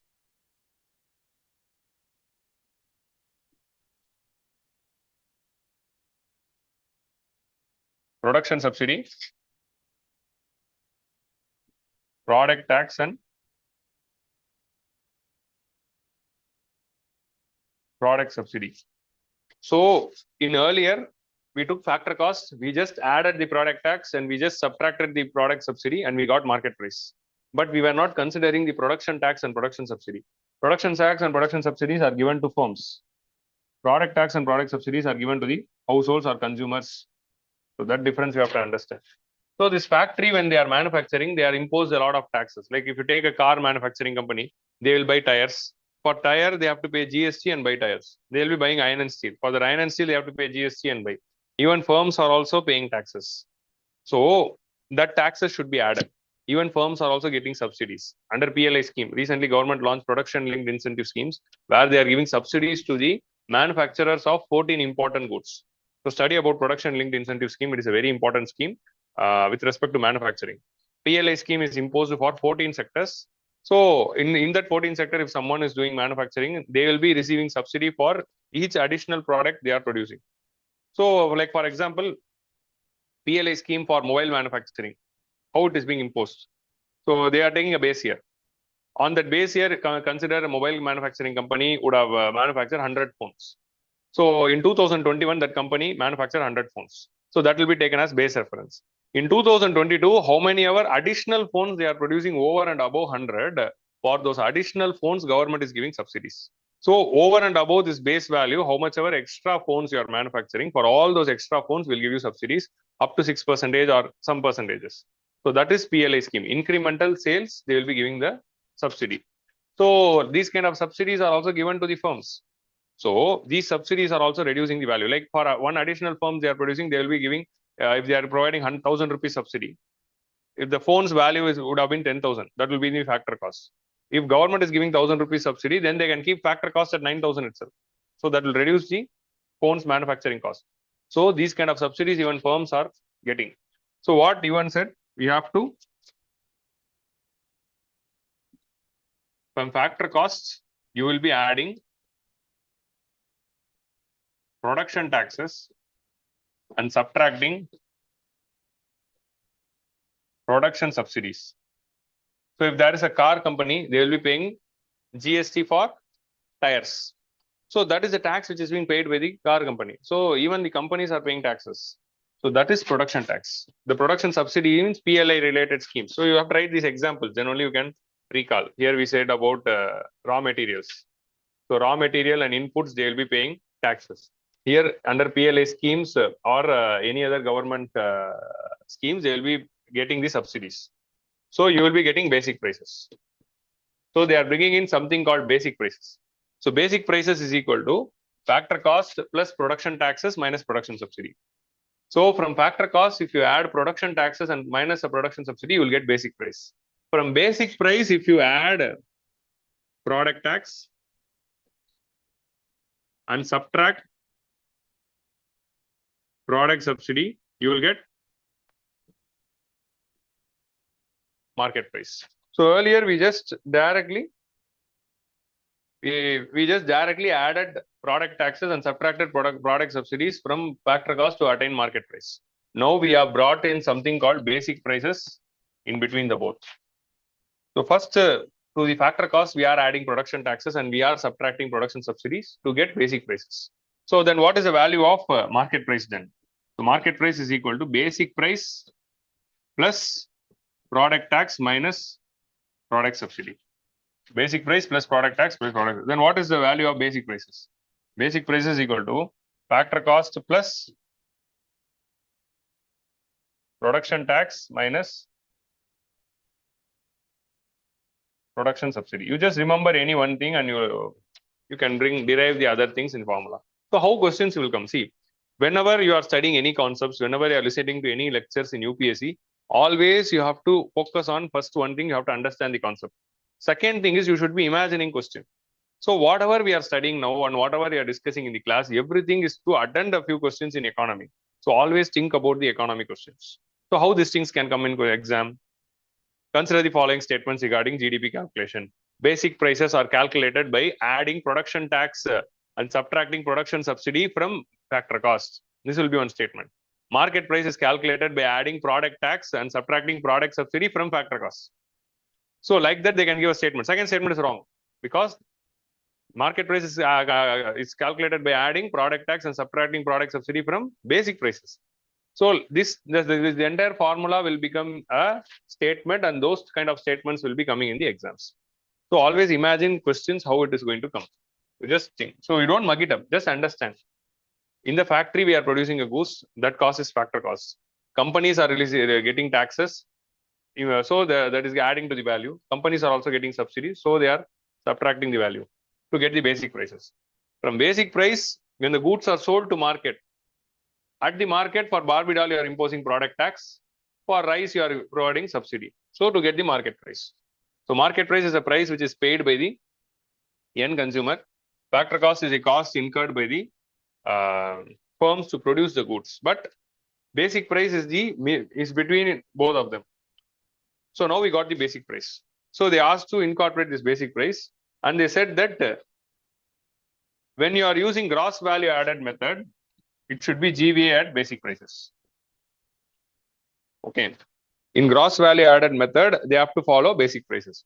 So we have to understand three important things. How the GDP data is released in India. GDP data in India is released in two forms. Okay. GDP, when they are using the word GDP, they are using two data. One is GDP at market prices and GVA at basic prices. Whenever GDP data is released, they are releasing in both product method and value added method. When they are using product method, they are using this word called GDP at market prices. When they are using value added method, they are using basic prices. Okay. For product method, they are using market prices. For value added method, they are using basic prices. Because in income and expenditure, we are not concerned about the prices. That is income, that is expenditure. That is a different thing. We are concerned about the prices only in product method and value added method. When it is product method, they are using market price. When it value added method, they are using basic price. So government is releasing GDP data in both the forms. Okay. So whenever you are seeing the word called GDP, then it is GDP at market prices. Whenever you are seeing the word GVA, then that is basic prices. Okay. So GDP data comes in both the forms. Then what is national income? Don't get confused here. Whenever they are using the word called national income, then they are meaning NNP at market prices. Okay. So now we have to understand this. When they will be using the word national income. See, this GDP and GVA is used to calculate the overall value of the production in an economy. National income, the word national income is used to calculate per capita income. So what is per capita income? Per capita income is equal to total national income divided by population. What is per capita income? Income earned by each and every individual in a country. How we are calculating income earned by each and every individual in a country? You are taking the income of the entire country and dividing by population. To calculate per capita income, we are using this word called national income. Per capita income's formula is equal to national income by population. Here, national income means it is NNP at market price by population. So wherever they are using the word national income, it means NNP at market prices. Why we are using this national income thing? To calculate per capita income. So per capita income purposes, we are using NNP at market prices. But whenever they are telling the word GDP, it is always GDP at market prices. Okay. If they are using GVA, then it is basic prices. Then what is this GVA? We saw what is product method and we saw what is per capita income. Now let us understand what is this gross value added method. Now again, we are going to our old example. You remember tea leaves. So these tea leaves are converted to tea powder in a tea manufacturing company. So we took Tata tea.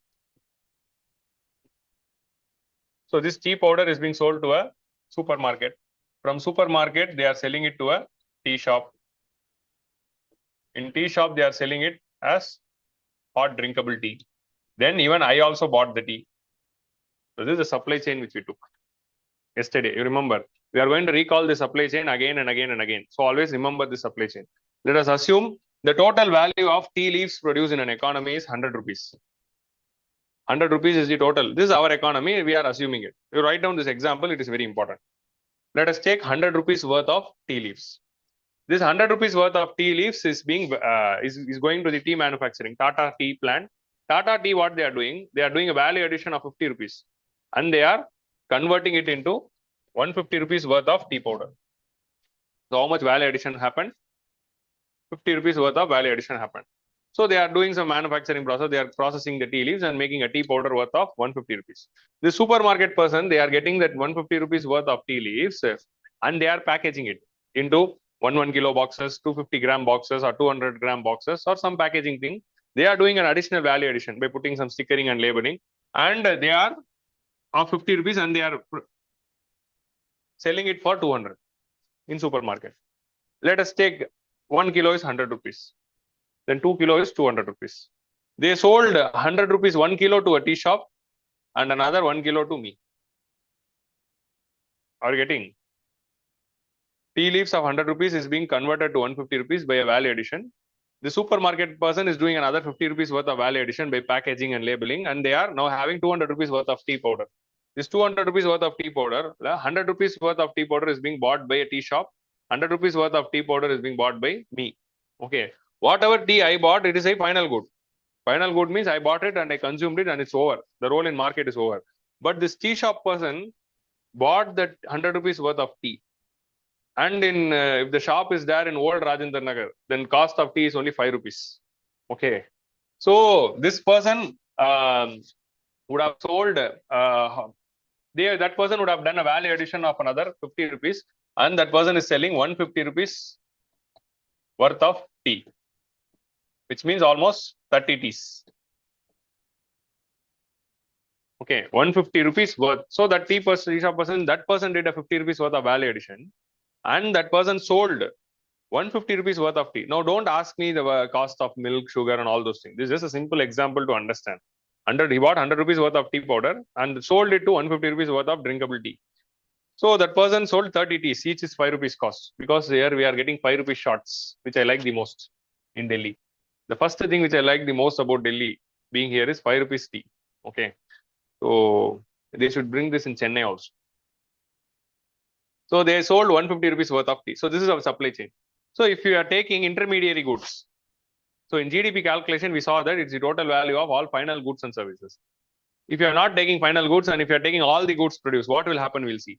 If you are taking all the goods, so first 100 rupees worth of tea leaves, then 150 rupees worth of tea powder, then 200 rupees worth of tea which is being sold by the supermarket, then again 150 rupees worth of hot tea which is being served here. So everything is a good. 200 rupees worth of tea and 150 rupees worth of drinkable tea, tea powder, and if you are add this, what you will get? 600. GDP value will be 600. But if you see, there is this issue of double counting. Double counting means in this 150, you are already taken this 100, but in the 150 again there is the same 100 is being repeated.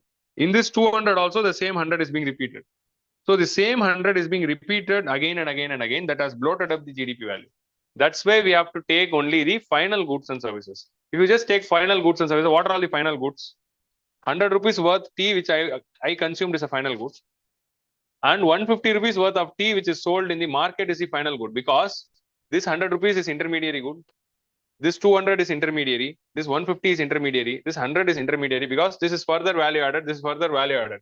Where the value addition ends, here the value addition ends. So this is final good. So 100. Again, here this 100 value addition doesn't end. Still they added 50 rupees value addition and they sold it to 150. So value addition ended here. So total GDP value is 250. If you just take final goods, the GDP value will be 250.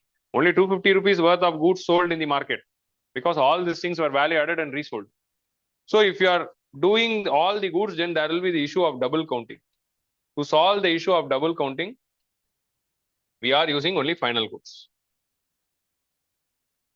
So this is product method. In product method, you are just taking the final goods and you are just adding the value of final goods and calculating the GDP. So what we did here is product method. Now we'll come to gross value added method. If you see product method, we are having the GDP value now. Can you say what is the share of agriculture? This, you just see this. Don't see all those things. You are just having the GDP value of 250. 100 rupees worth of tea powder which I bought. 150 rupees worth of drinkable tea which was sold in the tea shop. With this 100 and 150 and total value of 250, can you say the share of agriculture, industry, and services? We cannot find the individual contribution of each sector. With this 250 value, we cannot say what is the share of agriculture, what is the share of industry, and what is the share of services. If you want to know the sectoral contribution, yesterday we saw agriculture is further divided into 4: crops, livestock, fishing, and forestry. Manufacturing is further divided into 5 types. Services are divided into 3 types. Yesterday we saw. So in GDP calculations, if you want to calculate the intersectoral contributions, you cannot calculate in product method, because product method, you're just taking the final goods. So in order to identify the each sectoral contribution, we are using the GVA method. In gross value added method, what we are doing, we are just taking the value addition at each scale and calculating the GDP. So you are taking tea leaves. So tea leaves is the contribution of the plantation. So that is 100 you are taking. What is the contribution of the tea industry here? They are just value added 50. So instead of taking 150, you are just taking 50. This 50 is the value addition of Tata. This is plantation. This is Tata Tea's value addition is only 50. What is the value addition done by the supermarket? So instead of taking entire 200, you are taking only 50. What is the value addition done by me? 0. So I'm not going to take. What is the value addition done by tea shop? 50. You are just going to take that 50. So this is supermarket. This is tea shop. Now calculate GDP. You are getting same value. So I have designed this example in such a way that you will get same value. So in order to simplify the classes, but in reality, the values will change. Okay. So you are getting the same 250 rupees value of T in value added. In value added method, you are taking the primary good, and in all the secondary and tertiary sector, you are just adding the value addition. But in product method, you are just calculating the value of the tertiary sector, because all the goods are sold only through the shops, and all the shops are coming under the services. So only the service sector will be reflected in the product method. But if you say value added method, you can easily see the contribution of each sector. You took plantation primary good as 100. Now you can say what is the contribution of agriculture? 100 is the contribution of agriculture. What is the contribution of industries? 50 is the contribution of industry, because Tata Tea is only here. What is the contribution of services? Services 100, because supermarket is also service, tea shop is also service sector. So both these things are service sector. This is manufacturing sector. This is agricultural sector. You can say the individual contribution of each sector only in GVA method. So the contribution of agriculture is 100, manufacturing is 50, and services is 100. So GDP value is 250. So if you say percentage wise, 40% agriculture share, 20% manufacturing share, again 40% is service sector share. So you can talk about the individual contributions in GVA method. That's why we are bringing in the fourth method called GVA method. In gross value added method, you can find the intersectoral contribution of agriculture, industry, and services. So that's why GVA method. When you are calculating in GVA method, you have to take basic prices. So this is what UN system of accounts said. When you are calculating in product method, you will be taking in. So this is GDP at market price, and this is GVA at basic price. So when you are using GVA method, take the basic prices. When you are taking the product method, take the market prices. So since we are taking two different prices, surely GDP and GVA will not have same value. Here for simplicity purpose, I have made it same. Okay. So that's why always there will be a difference with respect to GVA value and GDP value. So government will release both the values while calculating the GDP. Okay. If you take last year's economic survey and see, there will be showing two different values. So this is the basic idea of GVA method. So when you are calculating GVA, it is basic prices. In GDP, it is market prices. So am I clear? So government is releasing GDP data in two forms: GDP at market price, GVA at basic price. In product method, they are using market price. In value added method, they are using basic price. Now you understand this. And next, the word national income they are using, then it is NNP at market price. NNP at market price is national income. National income is used to calculate per capita income. Because for per capita income, it is all about Indians. You need Indians' contribution to calculate the per capita income. So you cannot do that with GDP. That is the logic here. So that's why you are using NNP, net national product, to calculate the per capita income.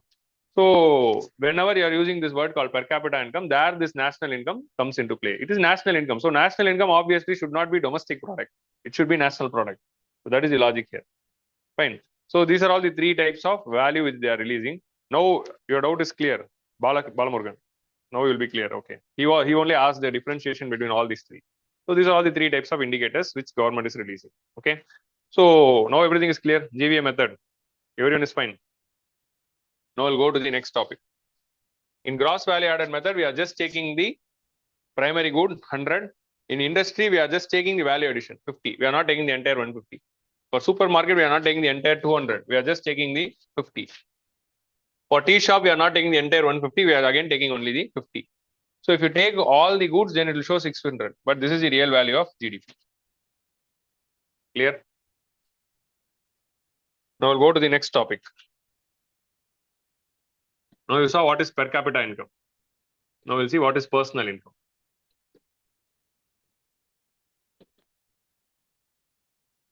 Is everyone clear with per capita income? Per capita income is national income by population. So you are taking national income in numerator and divided by the population, you get the per capita income. Next, we are going to see this concept called personal income. So what is the difference between national income and personal income?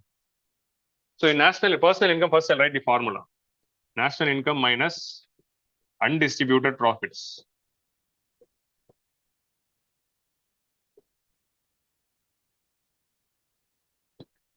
Minus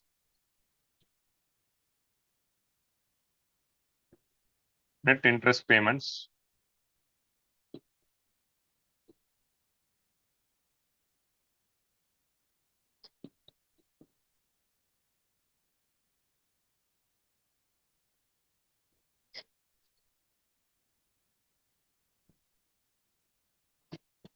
So, so I have given this definition here also. So transfer income or transfer payments.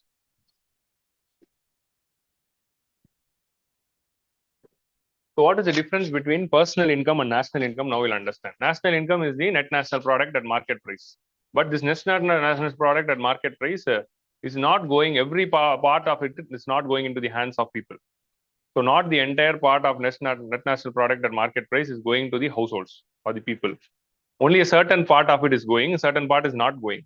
So when you are calculating personal income is that part of national income which is reaching the hands of households. The part of national income which is being distributed for the households, which is coming to their hands as income, that is called as personal income. Okay. Then if we see entire national income is not going into the hands of households, then some part of national income is not going into the part of households, that we have to subtract. Only those part of national income which is going to the households, that we have to incorporate. So we are subtracting those part of national income which is not going to the households from national income to get personal income. So personal income is that part of national income which is going directly into the hands of households. And if you have to calculate the personal income, you have to subtract those things from national income which is not coming, which is incorporated in national income but not coming to the households. So that's why we are subtracting those things. First is undistributed profits. So what is this undistributed profit? For this, we have to go to the first slide. So we are taking land, labor, and capital and entrepreneurship. Firms are taking land, labor, capital, and entrepreneurship. In return, they are giving rent, wage, interest, and profits. So for entrepreneur, whenever this firm is earning profit, that entrepreneur is taking a share.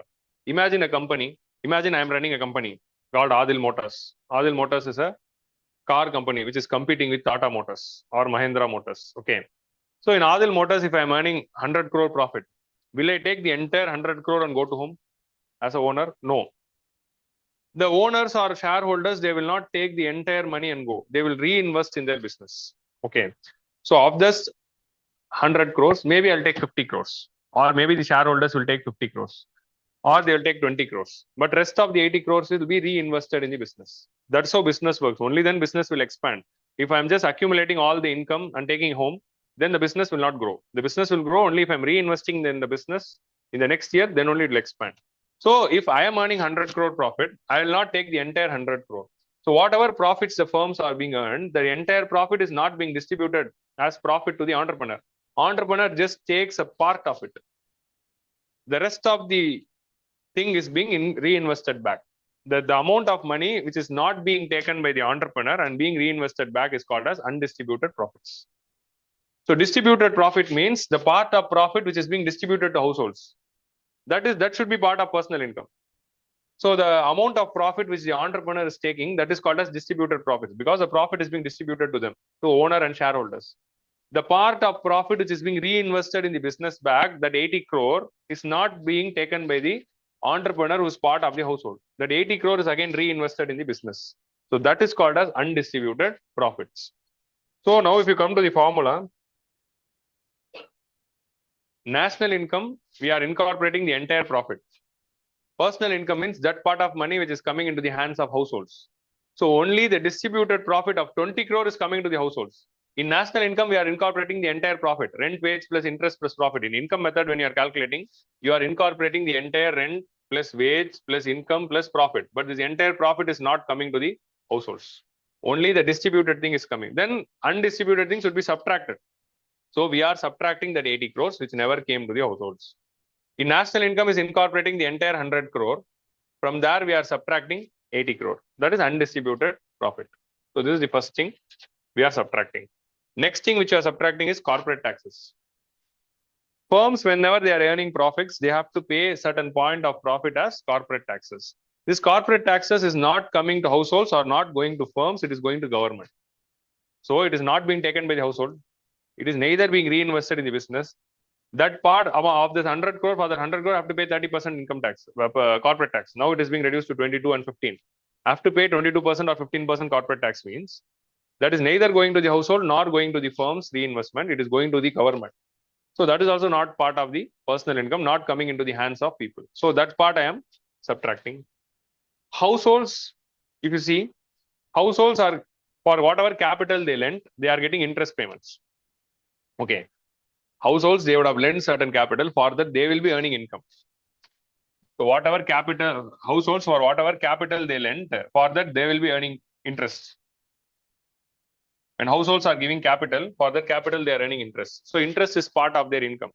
But households also would have borrowed money, right? This household also would have borrowed money, for that this household would have been paying interest. So in national income, we are taking rent, wage, interest, and profit. In income method, we are taking rent, wage, interest, and profit. This interest is the entire interest amount earned by the households. That's what we saw. But households are also paying certain interest for whatever loan they borrowed, that is going out of their hands without any control. So that thing we have to subtract. So that's why we are adding, subtracting the net interest. Net interest payments means amount of interest paid minus amount of interest received. So only the amount of interest received should be inside it. If the amount of interest paid is more, then you have to subtract it. So that part we are subtracting. So in income method, we'll be just adding rent, wage, interest, and profit. This interest is incorporating the entire income, interest income received by the households. But imagine this household is receiving 100 rupees as interest income. But this household would have borrowed money, and that person will be paying 30 rupees as interest payments. Not that entire 100 rupees, now it is coming in the household's hand. 30 rupees is going out as interest payments. So this household is retaining only 70 rupees. So that's why from 100, we are subtracting 30. So that is the net interest payments. So that's why we are subtracting the interest payment, which is being paid, and we are taking the net value. So that is the thing. So entire interest is taken in national account, but the amount which is going out is not being subtracted. That we are subtracting. And last thing is transfer payments. Transfer payments is not incorporated in the national income. Transfer payments are the payments done by the government to the citizens in the form of subsidy. So government is giving PM Kisan 6,000 rupees.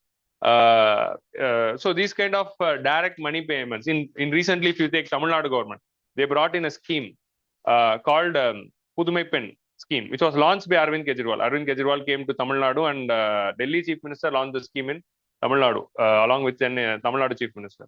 In that scheme, they are transferring 1,000 rupees for every per month to every female graduate. So these kind of income transfers are being happening from government to citizen without anything in return. That is transfer payments. We are not in income method. We are not incorporating this transfer payments done by the government to citizens. But still, that money is acting as an income for households. So those part of national income which is not reaching to the household, we are subtracting. Those part of national income which is not at all there in national income but still coming to the households, we are adding. So transfer income is something which is coming from government to citizens, which is not there in national income. So we are adding that to the personal income because still households are receiving it. That's why you will be adding transfer income to the value. So personal income is that part of income. In income method, you are taking rent, wage, interest, and profit, but not the entire rent, wage, interest, and profit is going to the households. Certain part of profits is being redistributed. Certain part of interest payments is not coming because they are also paying interest payments. Certain part of profit is being paid as corporate taxes to the government. That is not coming to their hands. And the thing which is not there in national income, which is coming to their hand, is subsidies given. So we are adding it. So by doing all these things, we get something called personal income. So this is the formula for personal income. Personal income is that part of national income which we are receiving. So this is thing. Next, we are having this thing called personal disposable income. Are everyone clear with personal income? We are taking national income. Of national income, those things which are not coming to the hands of households as income, that we are subtracting. There is something called transfer payment, which is not there in national income, but still it is coming to the household, that we are adding. Whatever income received by the household is personal income. Personal income is the total incomes received by households. Okay. So this is personal income. So of this personal income, so let's take this. Like a person will be earning, let's take a person is earning 1 lakh per annum, per month. Then that person's annual income is 12 lakhs. For the 12 lakhs, that person should pay income tax. The individual also should are paying taxes. Like how we subtracted corporate taxes there. When that money coming to the hands of individual, that individual is paying income tax. So personal, so that is not under its disposable income. Disposable income is that part of income which that individual is freely spending. So disposable income is that part of income which you are spending at your own will. So if you are earning 1 lakh per annum, if you are paying 10,000 as taxes, only 90,000 is there in your hand to spend at your own will for your own expenditures. So the money which is spent by the individual at their own will is called as disposable income, with which they are creating demand. If that person, even though that person is earning 1 lakh, the taxes which that person is paying is not creating any demand. That person's expenditures will be incorporating taxes. But that whether the tax created any demand in economy, whether that person is buying any goods or services, no. Just like that, it's going out of the hands. Similarly, that person is riding a bike and not wearing helmet. Then police is putting fine of 100 rupees. Whether that 100 rupees created any demand, still that is an expenditure of individual. That individual is doing the expenditure, but that is not creating any demand. So disposable income is that part of income with which the individual is able to create demand and doing consumption for its own purposes. The payments in the form of taxes or fines or penalties, which is going to the government, is incurred as expenditure for the individual, but that is not creating any demand. And that person is not spending for its own consumption. So that part we are subtracting to get the personal disposable income. So disposable income is that part of income which is creating the actual demand. So from personal income, so personal disposable income is calculated by personal income minus income tax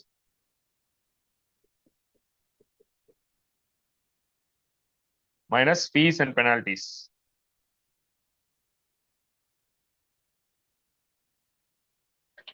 So personal disposable income is that part of income that is being creating demand. If person is earning 1 lakh, already that person is paying 10,000 as income tax. No, that person is having only 90,000. Then he paid 1,000 rupees for fine for not wearing helmet. Now that person is having only 89,000, which that person can spend at his own will to create demand. So that part of income which is creating demand and spending at own will is called as personal disposable income. So from personal income, we are subtracting income taxes, fees and penalties to calculate personal disposable income. So now we are having 3 indicators. We are having national income, which is the income earned by the entire country. Dividing with population, we are getting per capita income. That is one indicator. Next income is personal income. Personal income is that part of national income which is coming in the hands of households as income. That is personal income. Of that personal income, not the entire amount that individual is able to spend, because that person is paying taxes or penalties, that is not creating any demands. So why we are having all these indicators? These indicators are used to measure the potential for creation of demand. How much demand will be created in the economy? For that, the main source of demand is income.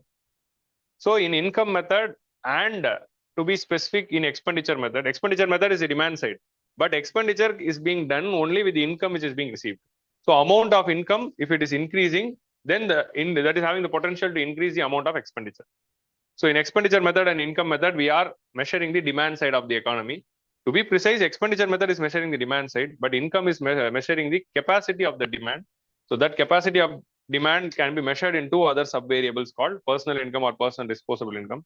Personal disposable income gives the real value of potential demand which can be created, because the fees, penalties, and all these things are not creating any demands. So demand side variables. So these things are acting as a demand side variables. So personal income and personal disposable income. Clear? So that's why we are having all these indicators.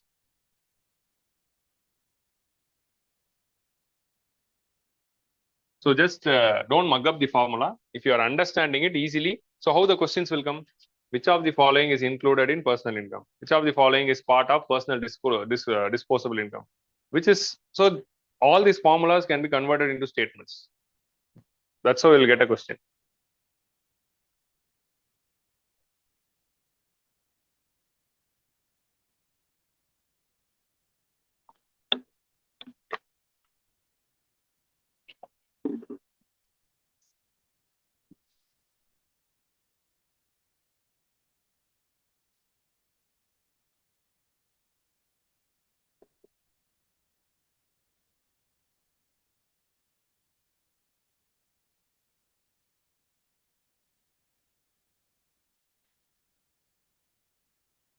So we'll draw this tabular column.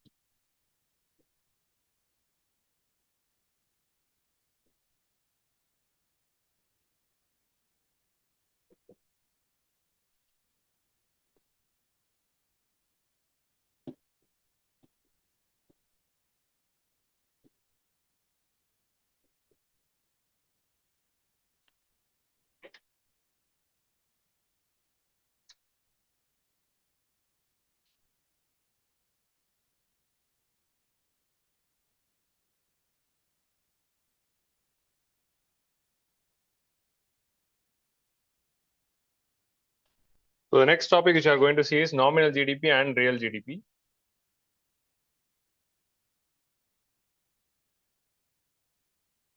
So we'll understand this concept by using this tabular column. This is an example through which we are going to understand the concept. Okay. So let us go to the year 2011. So I am using the Chennai prices, not Delhi prices, because in Chennai tea used to be at 10 rupees or 15 rupees. In Delhi only I saw 5 rupees tea. So we are using Chennai prices. Okay. Because this example is designed for Chennai. So Chennai price. So in 2011, imagine the price of tea is 10 rupees. Price of 1 cup of tea is 10 rupees. Let us assume an economy where only tea is being sold. No other good is sold. Okay. This is the example which we are taking. So the price of tea is 10 rupees. Let us assume that only 10 teas were sold. So what is the total GDP value? Total value of all goods and services sold. So here only tea is only good and total value of all goods and services sold is price into quantity. So total value of GDP of 2011 is 100. Now we'll go to 2015. Because of inflation, because of the price rises, inflation is the next chapter which you are going to see tomorrow. Because of the price rises, the tea prices went up to 15 rupees. So this is the prices. But only 10 quantities of teas were sold. Quantities of tea sold is only 10, but price only is increased to 15. Now what is the value of GDP? 150. So comparing in 2015, what is the GDP growth levels? We will say 50% GDP growth. Whether it is right to say 50% GDP growth? This 50% GDP growth doesn't came because of production. It came because of inflation. It didn't come because of production. So GDP is an indicator to measure production. It is not an indicator to measure inflation. So just because the prices of the good rose, here GDP is rising. So this is the problem which we face when we are measuring GDP in market prices or current prices. In current prices, if you are taking and measuring GDP, inflation is a factor which is playing and it is bloating up the GDP value. If you see 150, you will say, oh, economy is growing. We are in a good stage. But economy didn't grow. Only 10 teas were sold then. Now also 10 teas are being sold. You didn't produce anything additionally. GDP is an indicator to measure production. So only production rises, GDP should rise. But here GDP is rising just because of the price changes. So this is the problem with respect to nominal GDP which we are facing. Okay. Now let us take another year. Now let us take 2020. Now because of now because of let's assume the prices of tea is same 15 rupees. Tea is sold as same 15 rupees. Prices didn't rise. But amount of tea sold increased now. 5 additional teas are being sold. Now GDP value will be 225. Now if we come to another year, 2021. Now price of tea is 20 rupees. Again, 20 teas sold. Now GDP value is 400. Okay. So if you see, GDP value is just like that increasing. From 150, it became 225. From 225, it became 400. From compared to 100 to 400, what part of GDP growth came because of rise in production and what part of GDP growth came because of inflation? You cannot differentiate and say, see, it was 10-10 here, now it is 20-20. Both increased 10-10. But if you are seeing 400, we cannot differentiate what part of GDP growth came because of increase in production and what part of GDP growth came because of inflation. Because everything is mixed now. So in order to solve this problem, we are bringing in some concept called real GDP. So nominal GDP is measuring the GDP value with the current year's prices. You are just taking the current year prices and you are just measuring. Now, what is the problem coming? Since the current year prices is keeping on increasing, it is also artificially increasing the GDP value. So now, how we can solve this problem? If you are able to fix the prices as constant. If you are fixing the prices are constant and then measure the GDP, then you can measure the increase in production. So that's why we are fixing some price as a constant price. Now, which price to fix as constant price? That is the next question. So you are selecting an year called base year. You are selecting an year whichever is suitable and you are calling it as a base year. Let us assume 2011 is the base year. That is the actual real base year. Let us assume 2011 is base year. So we are fixing an year called base year and we are assuming the prices in the base year as constant prices. Okay. So the price of tea in base year is constant price is 10 rupees. Now you are measuring GDP for every year. For every year, now you will be measuring GDP. You are taking quantity of that particular year, but for prices, you are taking the constant prices. So measuring GDP in constant price is called as real GDP. So real GDP, what you will do? You will take the quantity from the current year, but you will take the constant prices here. So for 2011, quantity is 10 and constant price is 10. So GDP will be, real GDP will be 100. So nominal GDP is measured at the current year prices, but real GDP is measured at constant prices, whichever it took as base year. For 2015, if you go, total number of tea sold is 10. What is the constant price? 10. So what will be the GDP? 100. So there is no change in GDP because there is no change in production. That is the role of real GDP. Now you come to 2020. The quantity sold is 15, but the constant price is 10. So GDP value is, GDP increased by 50% because production increased by 50%. So here it is increasing from 150 to 225. It is almost giving 75% rise, but that's not true. Here GDP increased by 50%. Here production increased by 50%. Now we are going to 2021. Quantity is 20 and price is 10, so 200. Now GDP increased by from base year it was 10, now it is 20. Production increased by 100%. GDP increased by 100%. So by measuring the GDP value in the constant prices, you are able to measure the production rise by eliminating the influence of inflation. So we are calculating real GDP to remove the influence of inflation and calculate only the production. So that's why we incorporated real GDP. Nominal GDP is calculated in the current year's prices.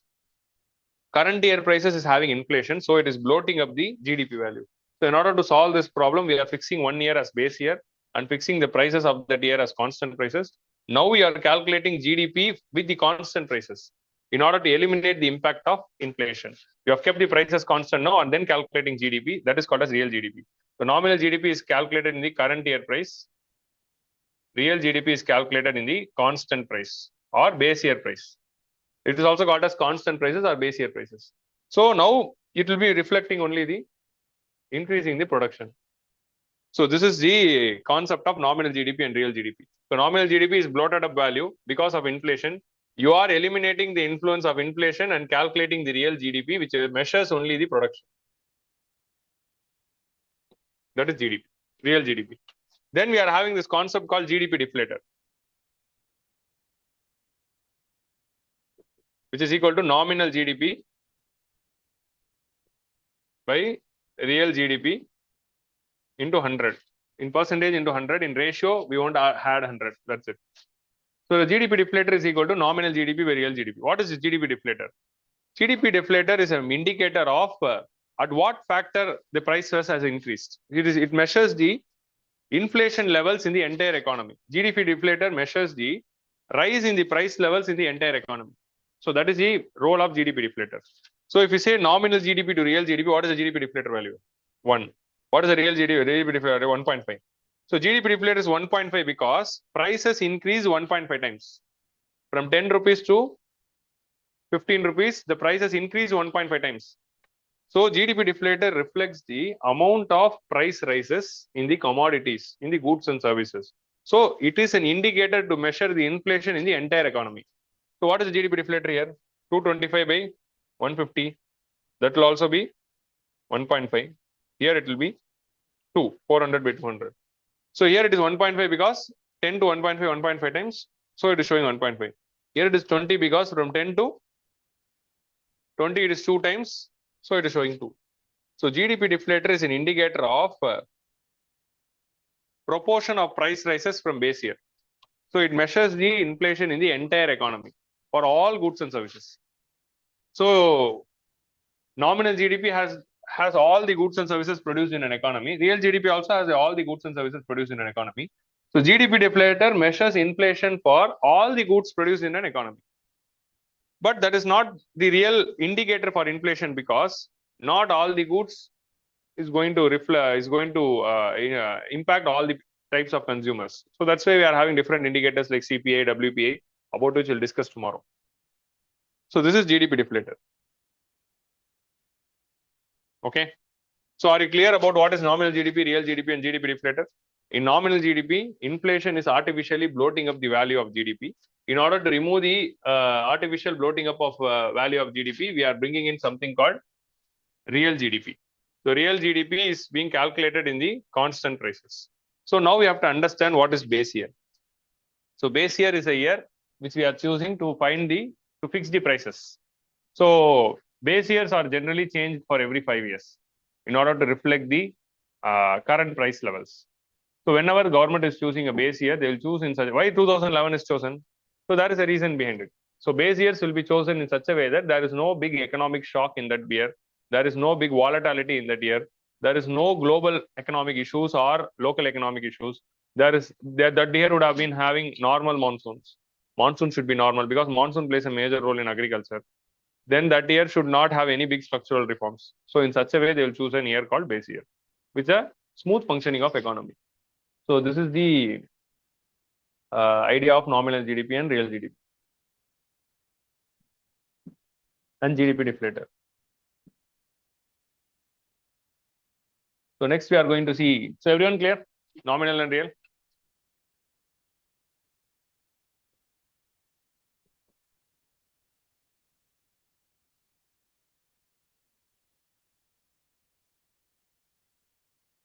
Recent changes means 2015. That is the recent change.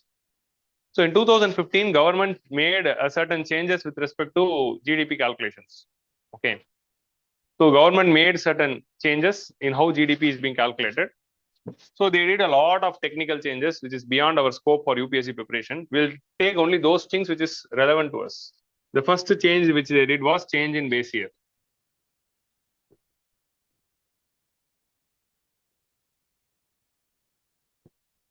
So before 2015, the base year was 2004. Now they shifted to 2011. Now 2011 is the current base year for real GDP calculation. Earlier base year was 2004. In 2015 only we changed the base year to 2011. Now we are using 2011 prices to calculate nominal GDP. Sorry, real GDP. So real GDP in India is calculated by using 2011 prices. But they should have been updated it in 2020. So every 5 years they should update. Even that update is pending now. So because of pandemic, we postponed it.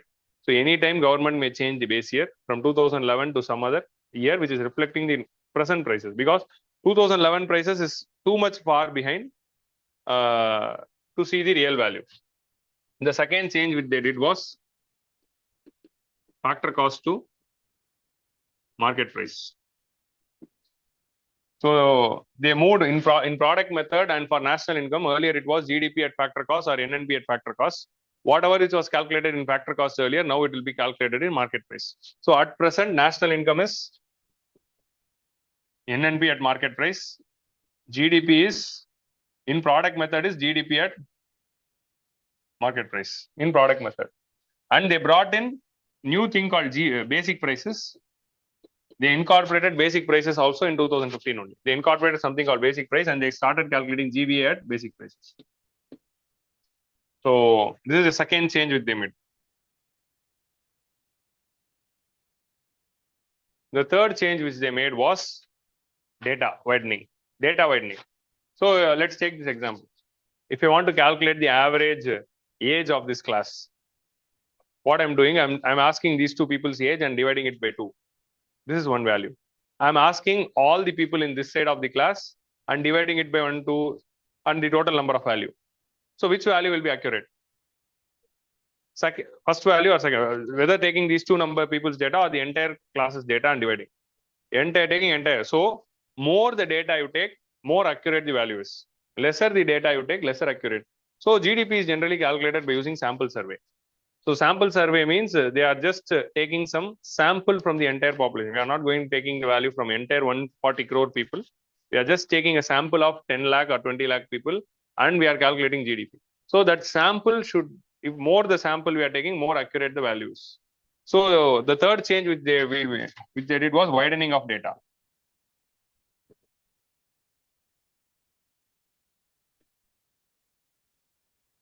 From annual survey of industry to MCA 21 database. Annual survey of industry. So widening of data for factory data. So for manufacturing contribution, the GDP is calculated by taking the contribution of agriculture, manufacturing services. For manufacturing data, earlier we used to use the data given by annual survey of industry. Annual survey of industry is conducted by whom? It is conducted by National Sample Survey Organization, NSSO. So NSSO's annual survey of industry, every year they do this industrial survey, and they were using that data. From that database for manufacturing data, instead of using it, we decided to go to MCA 21 database. MCA 21 is Ministry of Corporate Affairs 21. So Ministry of Corporate Affairs is running a portal where every company registered under Companies Act have to register themselves. They'll be given a unique identifier, 21 digits. So this portal, in this portal, every firm which is registered in the Companies Act must file returns. They should be updating the total value of good or service, whatever they are doing, how much they produced, at what is the stock levels. So of total production, how much sold and how much stocks left. So they'll be updating their production value, stocks value, their profits, loss. Every data must be updated in the Ministry of Corporate Affairs portal. So they, instead of using a survey data, we are having already a ministry data where all the industries are giving the data. Let's use that data. So they widen the data so that more accurate value is being reflected.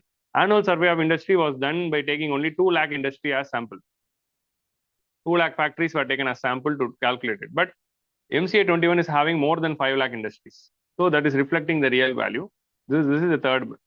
And later on, they did a lot of changes. Like, for example, those things are beyond our preparation. Like with respect to labor data. Earlier, they considered all the labor contribution as same. Now, in recent times, they did that. They factored in, they started providing weightages.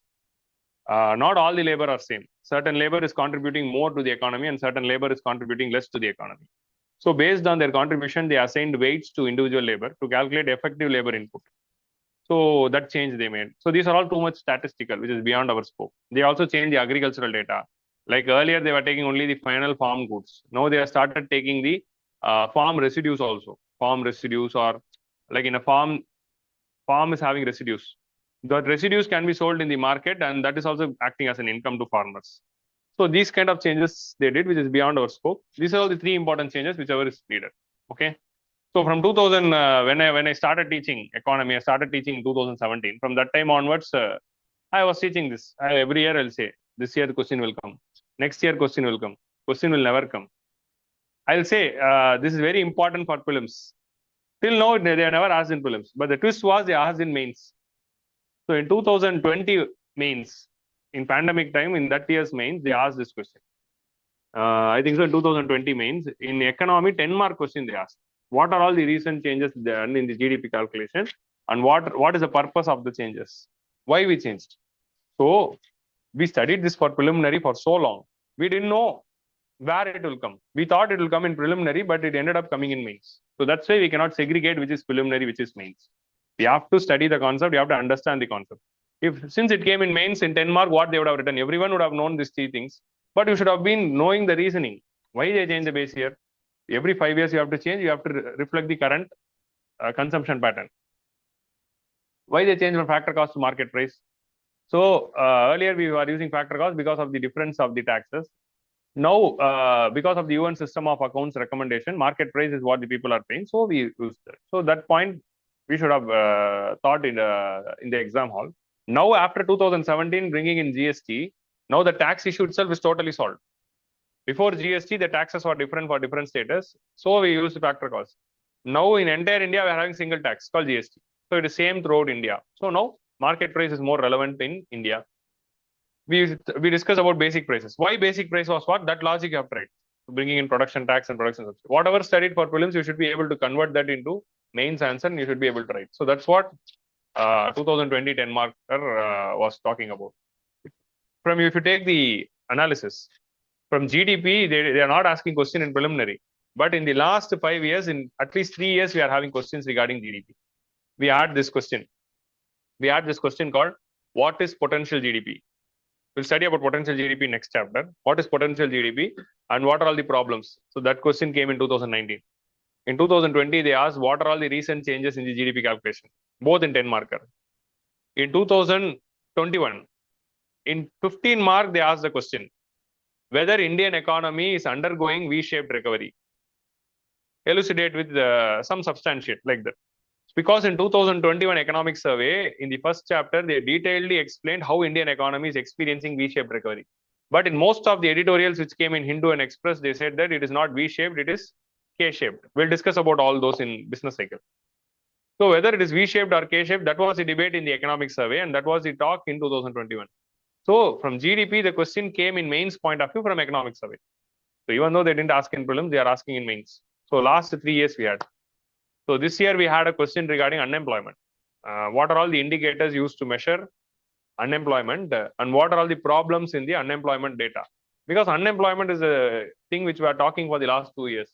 Because government is struggling to create employment levels. So we were talking about this unemployment levels. So that's why it came in the question. So these are all the things in the current affairs, and that's why the question came. So clear? Everyone are clear? So this is the recent changes in the GDP calculation. So now next we'll see about who is releasing GDP and so earlier, so before 2021, we had 3 organizations. One is under Ministry of Statistics and Program Implementation. That ministry itself is called as Ministry of Statistics and Program Implementation. Why the word program implementation is added? Because for any policy making or any program, you need data. Only if you have data, you can understand the problem. Only if you have data, you can identify the beneficiary. Only if you have data, you can check whether the scheme is working well or not. That's why they are adding this word called program implementation.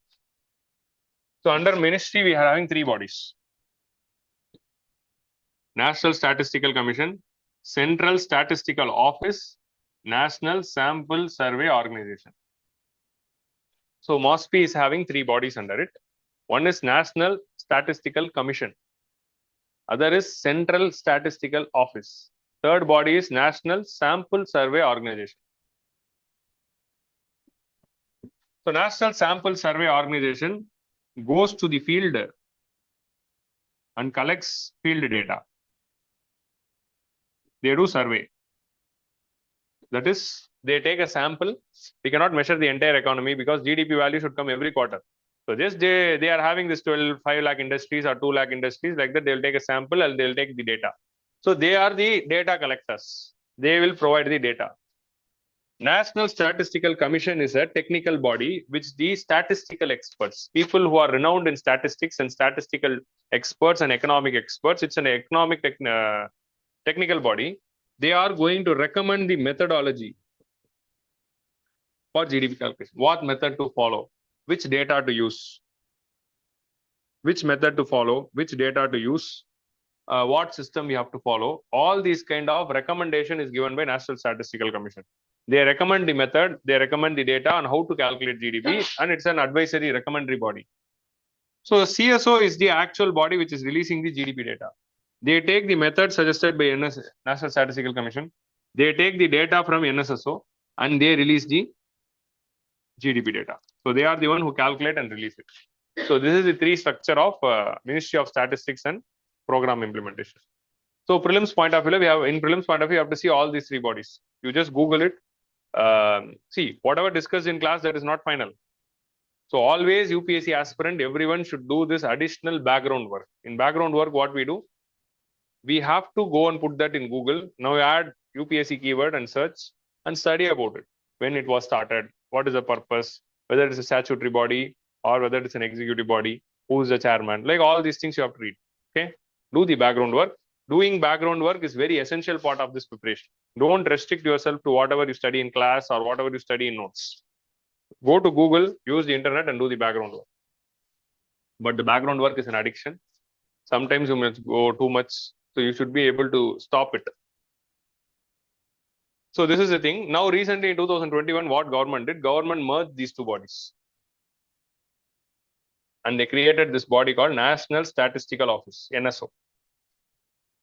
Now government merged the CSO and NSSO and they created it into single body. Now NSO is doing the sample survey and NSO is releasing the GDP data. Now they just merge the bodies and change the name. That's it. Okay. Now presently, who is releasing GDP data? It is NSO, National Statistical Office. Who's doing the sample survey? That is also NSO, because both these bodies were merged. What happened to National Statistical Commission? That is not yet clearly defined, because there was a crisis with respect to National Statistical Commission with respect to a concept called back series data.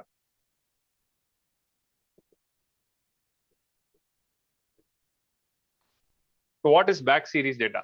This is a new concept which you have to understand.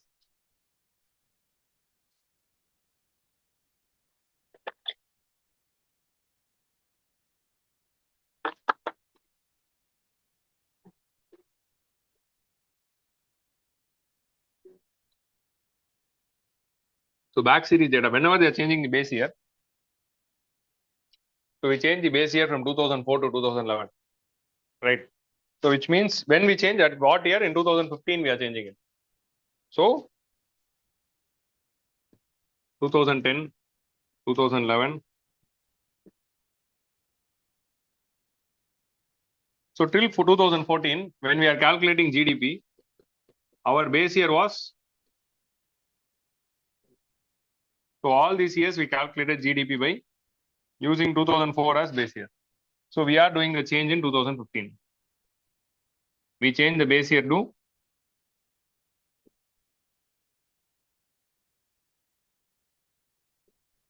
okay. So on all this year we are using 2011 as base year. So can we compare the GDP data of 2016 with 2013? We cannot compare. That is the problem, because this data is calculated with a different base year and this data is calculated with different base year. So GDP value determines is based on, see, the percentage depends on whatever the price which was fixed in 2004. So if 2004 prices are low, then GDP value will have a different value. Here 2011 prices are being used. So we cannot compare these two data. So whenever CSO changes the base year, they release this data called back series data after 1 year or 2 years. What they will do is they will recalculate the GDP value of the previous years with the new constant prices. They will take 2011 data, and with this 2011 data, they will recalculate the entire GDP of the previous years. And they will release the data so that it can be comparable. Yesterday we saw a graph, GDP value graph of 1950 to 2019. How that graph is possible? Because only if you have calculated the GDP value of till to 1950 with 2011 prices, you can draw it in the same graph. So back series data is they will recalculate and release. So this back series data, we changed the GDP in 2015. Back series data was due to be released in 2017. But in 2017, it didn't come. There was some delay. In 2018, when it was released, there was a, in 2018, it was released. Once it was released, immediately government withheld the data and said that there are certain inaccuracies in the data. So they took back the data. So in September, it released. Then in December, what happened? The chairman and deputy vice chairman of the National Statistical Commission resigned. Suddenly they are resigning. We don't know what happened. And in same December 2018, CSO and Niti Aayog together, they are releasing the back series data. Suddenly Niti Aayog came in and Niti Aayog started releasing the back series data. So the whole issue was again raised up. Why Niti Aayog is coming with respect to GDP calculation, and why they are releasing the back series data, and why NSE chairman resigned. So there was some issue. So NSE was, so whatever data suggested by NSE was not accepted by the government. So government had to get back the data, and they called Niti Aayog to suggest different methodologies to calculate GDP. Because of that, the NSE chairperson resigned because of the autonomy which was being interfered by Niti Aayog. So the NSE chairperson resigned. So Niti Aayog and CSO together, they released the updated back series data in 2018. So this is the thing which happened there. So that's why back series was in news back then, but no question came. But you have to understand the concept. What is back series? So there is a lot of political speculation behind whatever happened between Niti Aayog and NSE and what is this. So ever since this happened, most of the economists, they are questioning the credibility of GDP data. So GDP data is being questioned for their credibility. So if you like whether to trust this data or not, and all those things are being raised and editorials come. In 2020, 19 and 20 economic survey, then chief economic advisor was Krishnamurthy. So in the 2019-20 economic survey, he would have written an article talking about the credibility of data, why the methods were changed, what happened, and all those things. So we are using the right method, and we are using the right base here. All those things you would have given the explanation. So that is the brief story behind it, and we have to understand. For those of you who can see the editorials. I am doing this editorials initiative, 5 editorials of the week in kingMakers channel. In that kingMakers channel, the editorials initiative, in 125th or 26th edition, 125, 26, and 27, I think. No, 24, 25, 26. 124, 25, 26, in all the 3 editions, we had a series of discussion on GDP. So in all the 3 editions, we discussed about the problems in GDP calculation and reforms suggested. In the first 2 editions, we discussed about the problems. What are all the criticism kept by the economists? In 3rd edition, we discussed about the counter article written by Ananda Nageswaran, who is the chief economic advisor. So in first, if you see 124, 125, you will get the criticism. If you see 126, you will get the supporting point. So that was the 3 series data which I did. If you are finding time, you can see that. So likewise, you can see the 5 editorials initiative, but that will be bilingual in English and Tamil. So that is the thing there. But still, I took the article from Indian Express. If you want to read it in English, I took that both criticism article of Udit Mishra. Udit Mishra is a writer in Indian Express. Indian Express Udit Mishra economy article. You just go and click the Express explained column, click economics subsection, economics explained column. From there only I took those articles. And Ananda Nageswaran's article was from Hindu.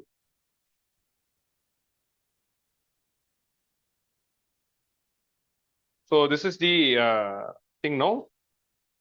So the next topic is problems. So problems in GDP calculation. There are a lot of problems which is being suggested. Everything is self-explanatory, nothing to explain. That will be given in the notes. You can read that. What is the problem? This is not an accurate value.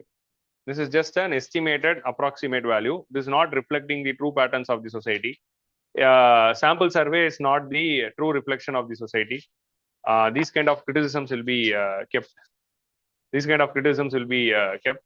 Apart from this, the main issue is utilizing GDP as an indicator for measuring development. Whether GDP is the right indicator to measure development and to compare countries.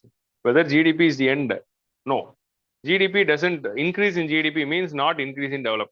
GDP is one of the factors of development. That is not the real development. GDP just measures the growth. That is not measuring the actual development. If you take India, we are having huge GDP growth from 1991, but still poverty, hunger, and unemployment is existing. So if you see GDP data, then Indian economy is the best economy.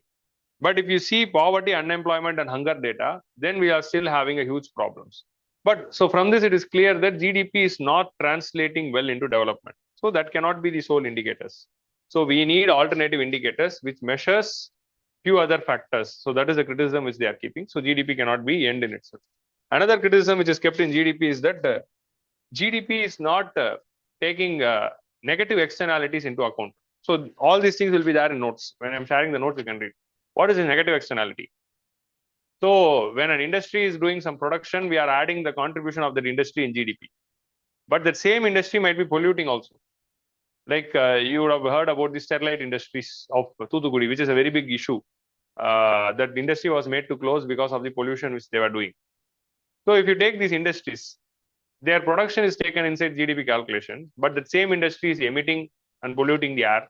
They are emitting the effluents in the water and polluting the water. Are we subtracting the negative effects of these industries from the GDP? We are just taking the positive side. So negative externalities are not being incorporated. So this is one criticism which they are keeping constantly. The next problem which we'll be seeing is our entire economy is an informal economy. So since our economy is informal economy, most of the GDP production data is not being incorporated in the GDP calculation. So one of the biggest problem with respect to GDP calculation is India is an informal economy and presence of corruption. So since presence of black money and presence of informal economy, these two things are affecting the GDP value because they are unaccounted. A lot of things are being unaccounted in the GDP calculation because it is informal. A lot of money is being unaccounted because it is black money. So all these transactions are not being reflected in the real GDP calculation. So that is a problem. So these are all the problems in the current GDP calculations. So like this, we would have seen a lot of things. Agriculture is informal, still is substantial. All self-explanatory points I'll be sharing in notes. You can see in any notes, if you read, you'll understand. These are all simple points. The major problem is negative externality, which you have to understand, and informal and black economy we have to understand, and GDP is not the sole indicator for development, that we have to understand. So these are all the 4 important problems. So in order to solve this problem of negative externality, they brought in this idea called green GDP. So what is this green GDP? So green GDP is something which also incorporates the impact on environment. So when we are calculating net national product, we are taking gross national product and subtracting depreciation. We are subtracting the wear and tear undergone by capital goods. If capital goods are undergoing wear and tear, we are taking that as a factor and subtracting. In green GDP, they are telling you also add the wear and tear undergone by the environment. Because of this GDP, our environment is being affected, air is being polluted, water is being polluted, biodiversity is affected, animals are becoming extinct. So you incorporate this factor also in GDP calculation and subtract in depreciation.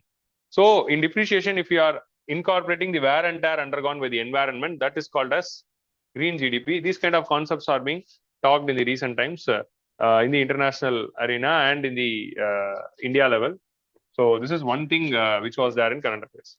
And people are suggesting many alternative indicators to GDP like Human Development Index or HDI, which is being suggested as one of the important alternatives.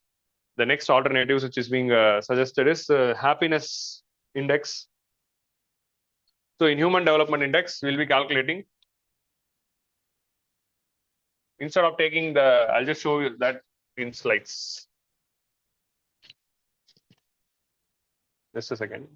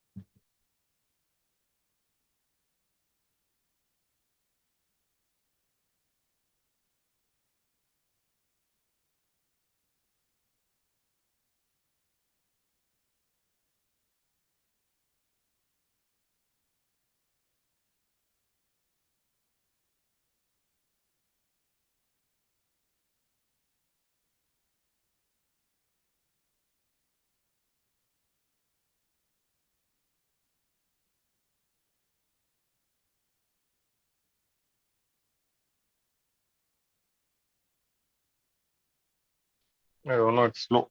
Just a second.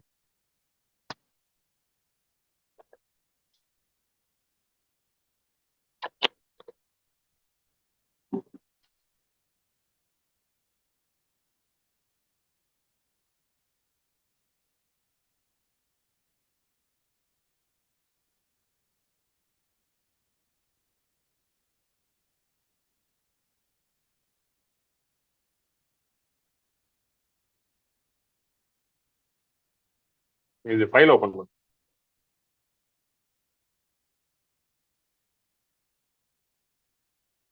So in recent times, we are incorporating alternative indicators for GDP measurements, like the one suggested by Amartya Sen and Mahbubul Haq, called human development.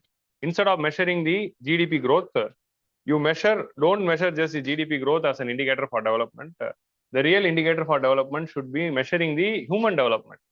what is the impact of this GDP growth in humans individual's life. So that is real development. What is development when we study?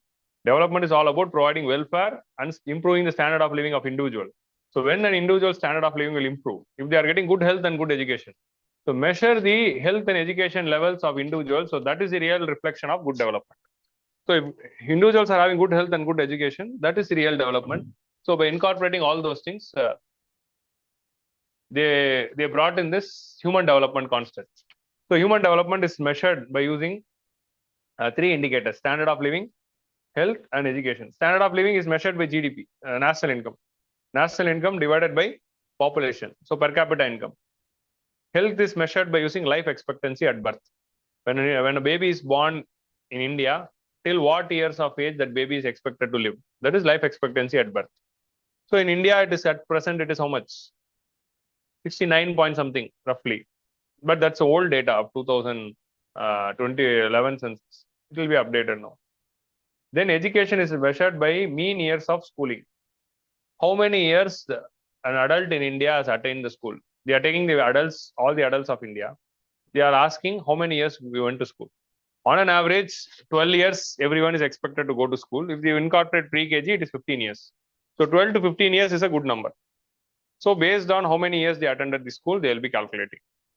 And in these are the three indicators which they brought in 1992, when for the first time United Nations released the Human Development Report. In Human Development Report, they released this Human Development Index. Okay. Then later period, they added few other indicators for health also. For health, they added nutrition levels. For education, they also added the school attendance and retention ratio.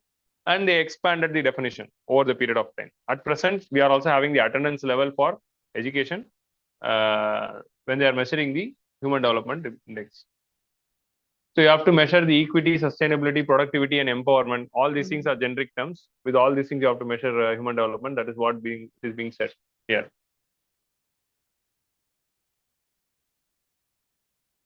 So next, another idea which was brought with respect to measuring the development is gross national happiness. So what is development? According to Bhutan's king, they are telling development means it can be measured not by in which bungalow they are living or how much income they are getting. It is measured by what happiness the individual is having. If individuals in a country are happy, then that is development. So instead of measuring the materialistic thing like GDP or human development things like health and education, of course, health and education also part of happiness. You just measure how happy the people are. So that is gross national happiness index as suggested by Bhutan. Jigme Singye Wangchuk, a Bhutan king, he suggested that in 1972, instead of gross domestic product, let's measure gross national happiness. So they released this index called Gross National Happiness Index. So it consists of four important pillars.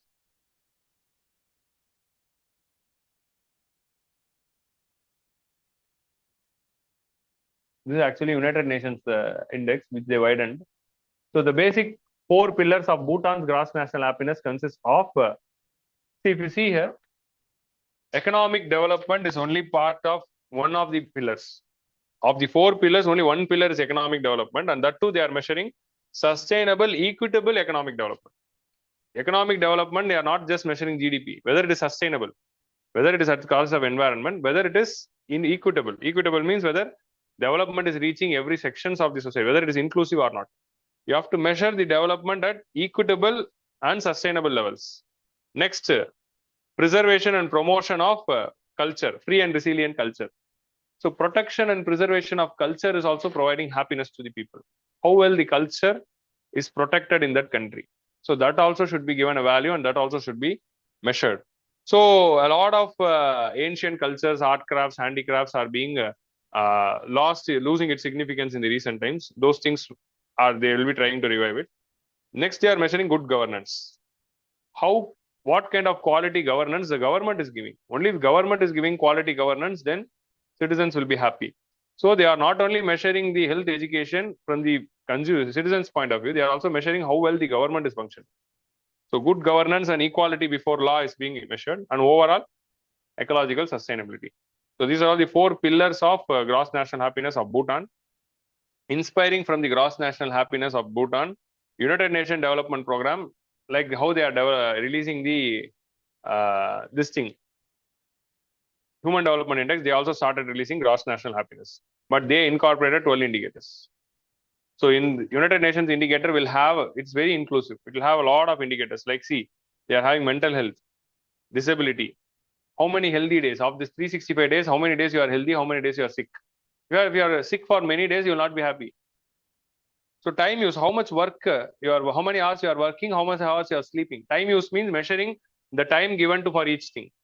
So each and every one of you, I request you to do the time use survey for yourself. Every UPSC aspirant should do a time use survey for themselves. They have to take the 24 hours and they have to measure how many hours they are giving for study, sleep, and eating, mobile phone, especially Instagram, Snapchat, and mobile phone, YouTube reels and shorts. And then for roaming out, for drinking tea and snacks. Once you go out of your room, you will come back only after an hour because of this roaming thing.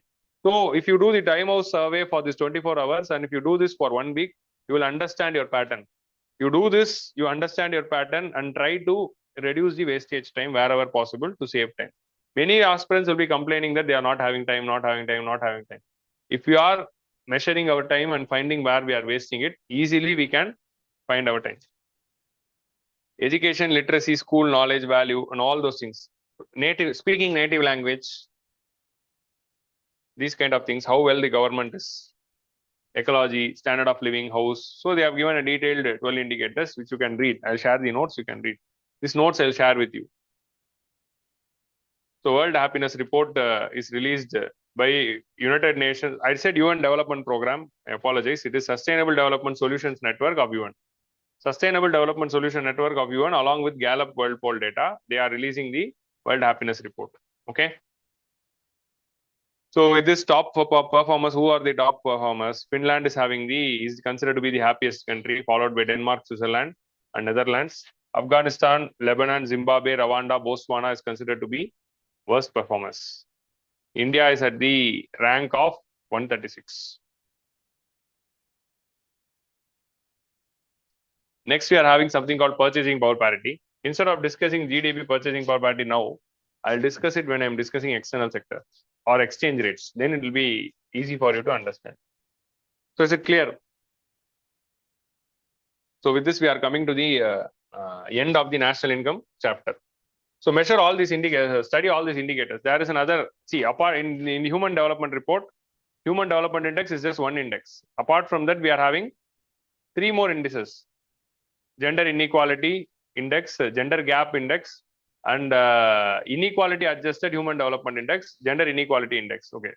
Human Development Index, Inequality Adjusted Human Development Index, and Gender Inequality Index. So study about the other indices released in the human development. So today in national income, what are all the things we saw? We started off with what is national income, what are all the basic foundational concepts related to national income. That is, we discussed about the 2-sector model. In 2-sector model,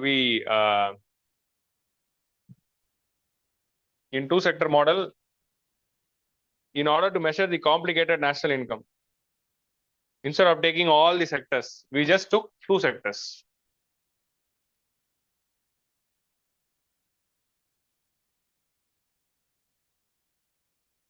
So instead of taking all the households, firms, government, financial institutions, we just took 2 sectors, households and firms, and we just calculated the national income based using the 2-sector model. Land, labor, capital, and entrepreneurship, in return, rent, wage, interest, and profit. If you see, all these things will be same because of circular flow of income. If you measure the income received, rent, wage, interest, profit, that is income method, this is product method, and total expenditure, if you are measuring, that is expenditure method. So then we saw about what is the 3 difference between the 3 methods, CGIX or RWIP, to study about their importance. In income method, we are measuring RWIP, rent, wage, interest, and profit, but not the entire rent, wage, interest, and profit is coming to the hands of people. So in order to consider how much income coming to the hands of people, we are subtracting certain things to calculate personal income from income method. So from income method only, we are calculating personal income. Okay. Then in product method, we are calculating GDP by measuring the final goods, not the intermediary goods, to avoid the double counting. We are having this 4th method called GVA method also. So GDP, from GDP, we are adding net factor income from abroad to get GNP by subtracting the incomes earned by the foreigners in India. From that, we are subtracting depreciation to get NNP. So NNP at market prices is considered to be the national income. If we divide national income with population, we'll get per capita income. Then we saw what is factor cost and what is market price. This is the cost which is coming out of the factory. Market price is the price which is being paid by the consumers when it comes to the market. Then we introduce something called basic prices in between in order to incorporate production tax and production subsidy. We differentiated production tax, production subsidy with product tax, product subsidy to calculate in basic prices. So now GDP is released in two forms: GDP at market price, GVA at basic price, in product method and value added method. For per capita income calculation, we are using NNP at. For national, if we are using the word national income, then that is NNP at market prices. Okay. Then we saw GVA method. We are just doing the value addition. This example is very important. I request you all to note it down because only if you see this, you will remember when you are reading after 3 months. Then we saw what is personal income and personal disposable income. Personal disposable income reflects the demand potential. Nominal GDP and real GDP. In order to remove the effect of inflation, we are calculating real GDP by using constant prices. Then recent changes in the GDP calculation, change in base year, factor cost to market price, and widening of data. Then the organizations involved and back series data and the problems related to back series data we just saw. So these are all the things which we saw in the national income. So with this, we are coming to the end of the national income part. I didn't finish the class yet. Wait. Everyone will close your books, I know. Now, before winding up, I would like to ask if you're having any doubts of whatever topics which we saw from morning, whether you're having any doubts or questions. Did I miss any topic which you want me to explain?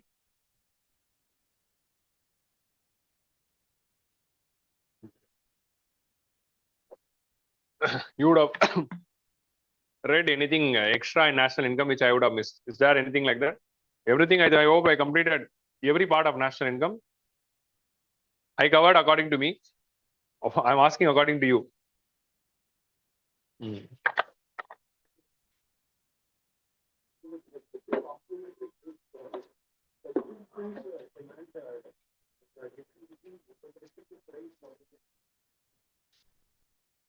See, in complementary goods, you are having good one and good two. Okay, they both are complementary, means they are consumed together. If the price of good one is increasing, then demand for good one will decrease. Since the demand for good one is decreasing, so these both are complementary. They are bought together. So if demand for good one is decreasing, then automatically demand for good two also will decrease. In complementary goods, the price rise of one good will lead to the fall in demand of other. In substitute goods, price rise of one good will lead to rise in demand of other. So goods whose prices are unaffected. So that doesn't have any effect there. The price rise of one good is affecting the demand of other. Here the price rise of one good is affecting the demand of other. Only demand. Prices will not be affected much.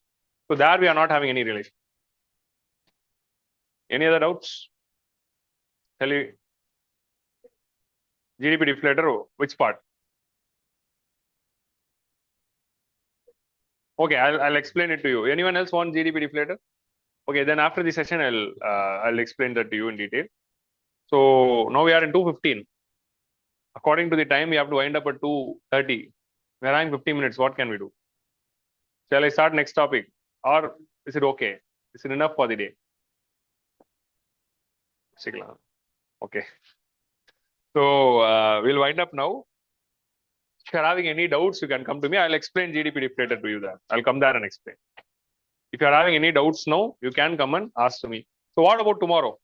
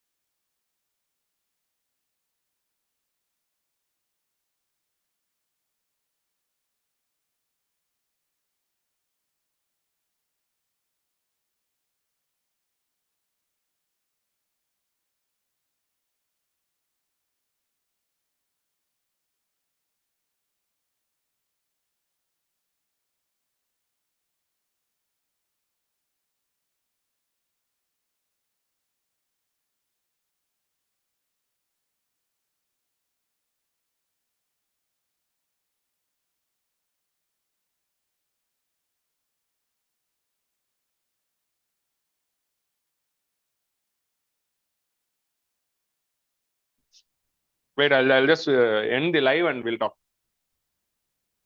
So those who are seeing in YouTube, we are ending this session. Only yesterday and today we had the YouTube live. From tomorrow onwards, it is going to be the exclusive session. It will not be coming in YouTube or open.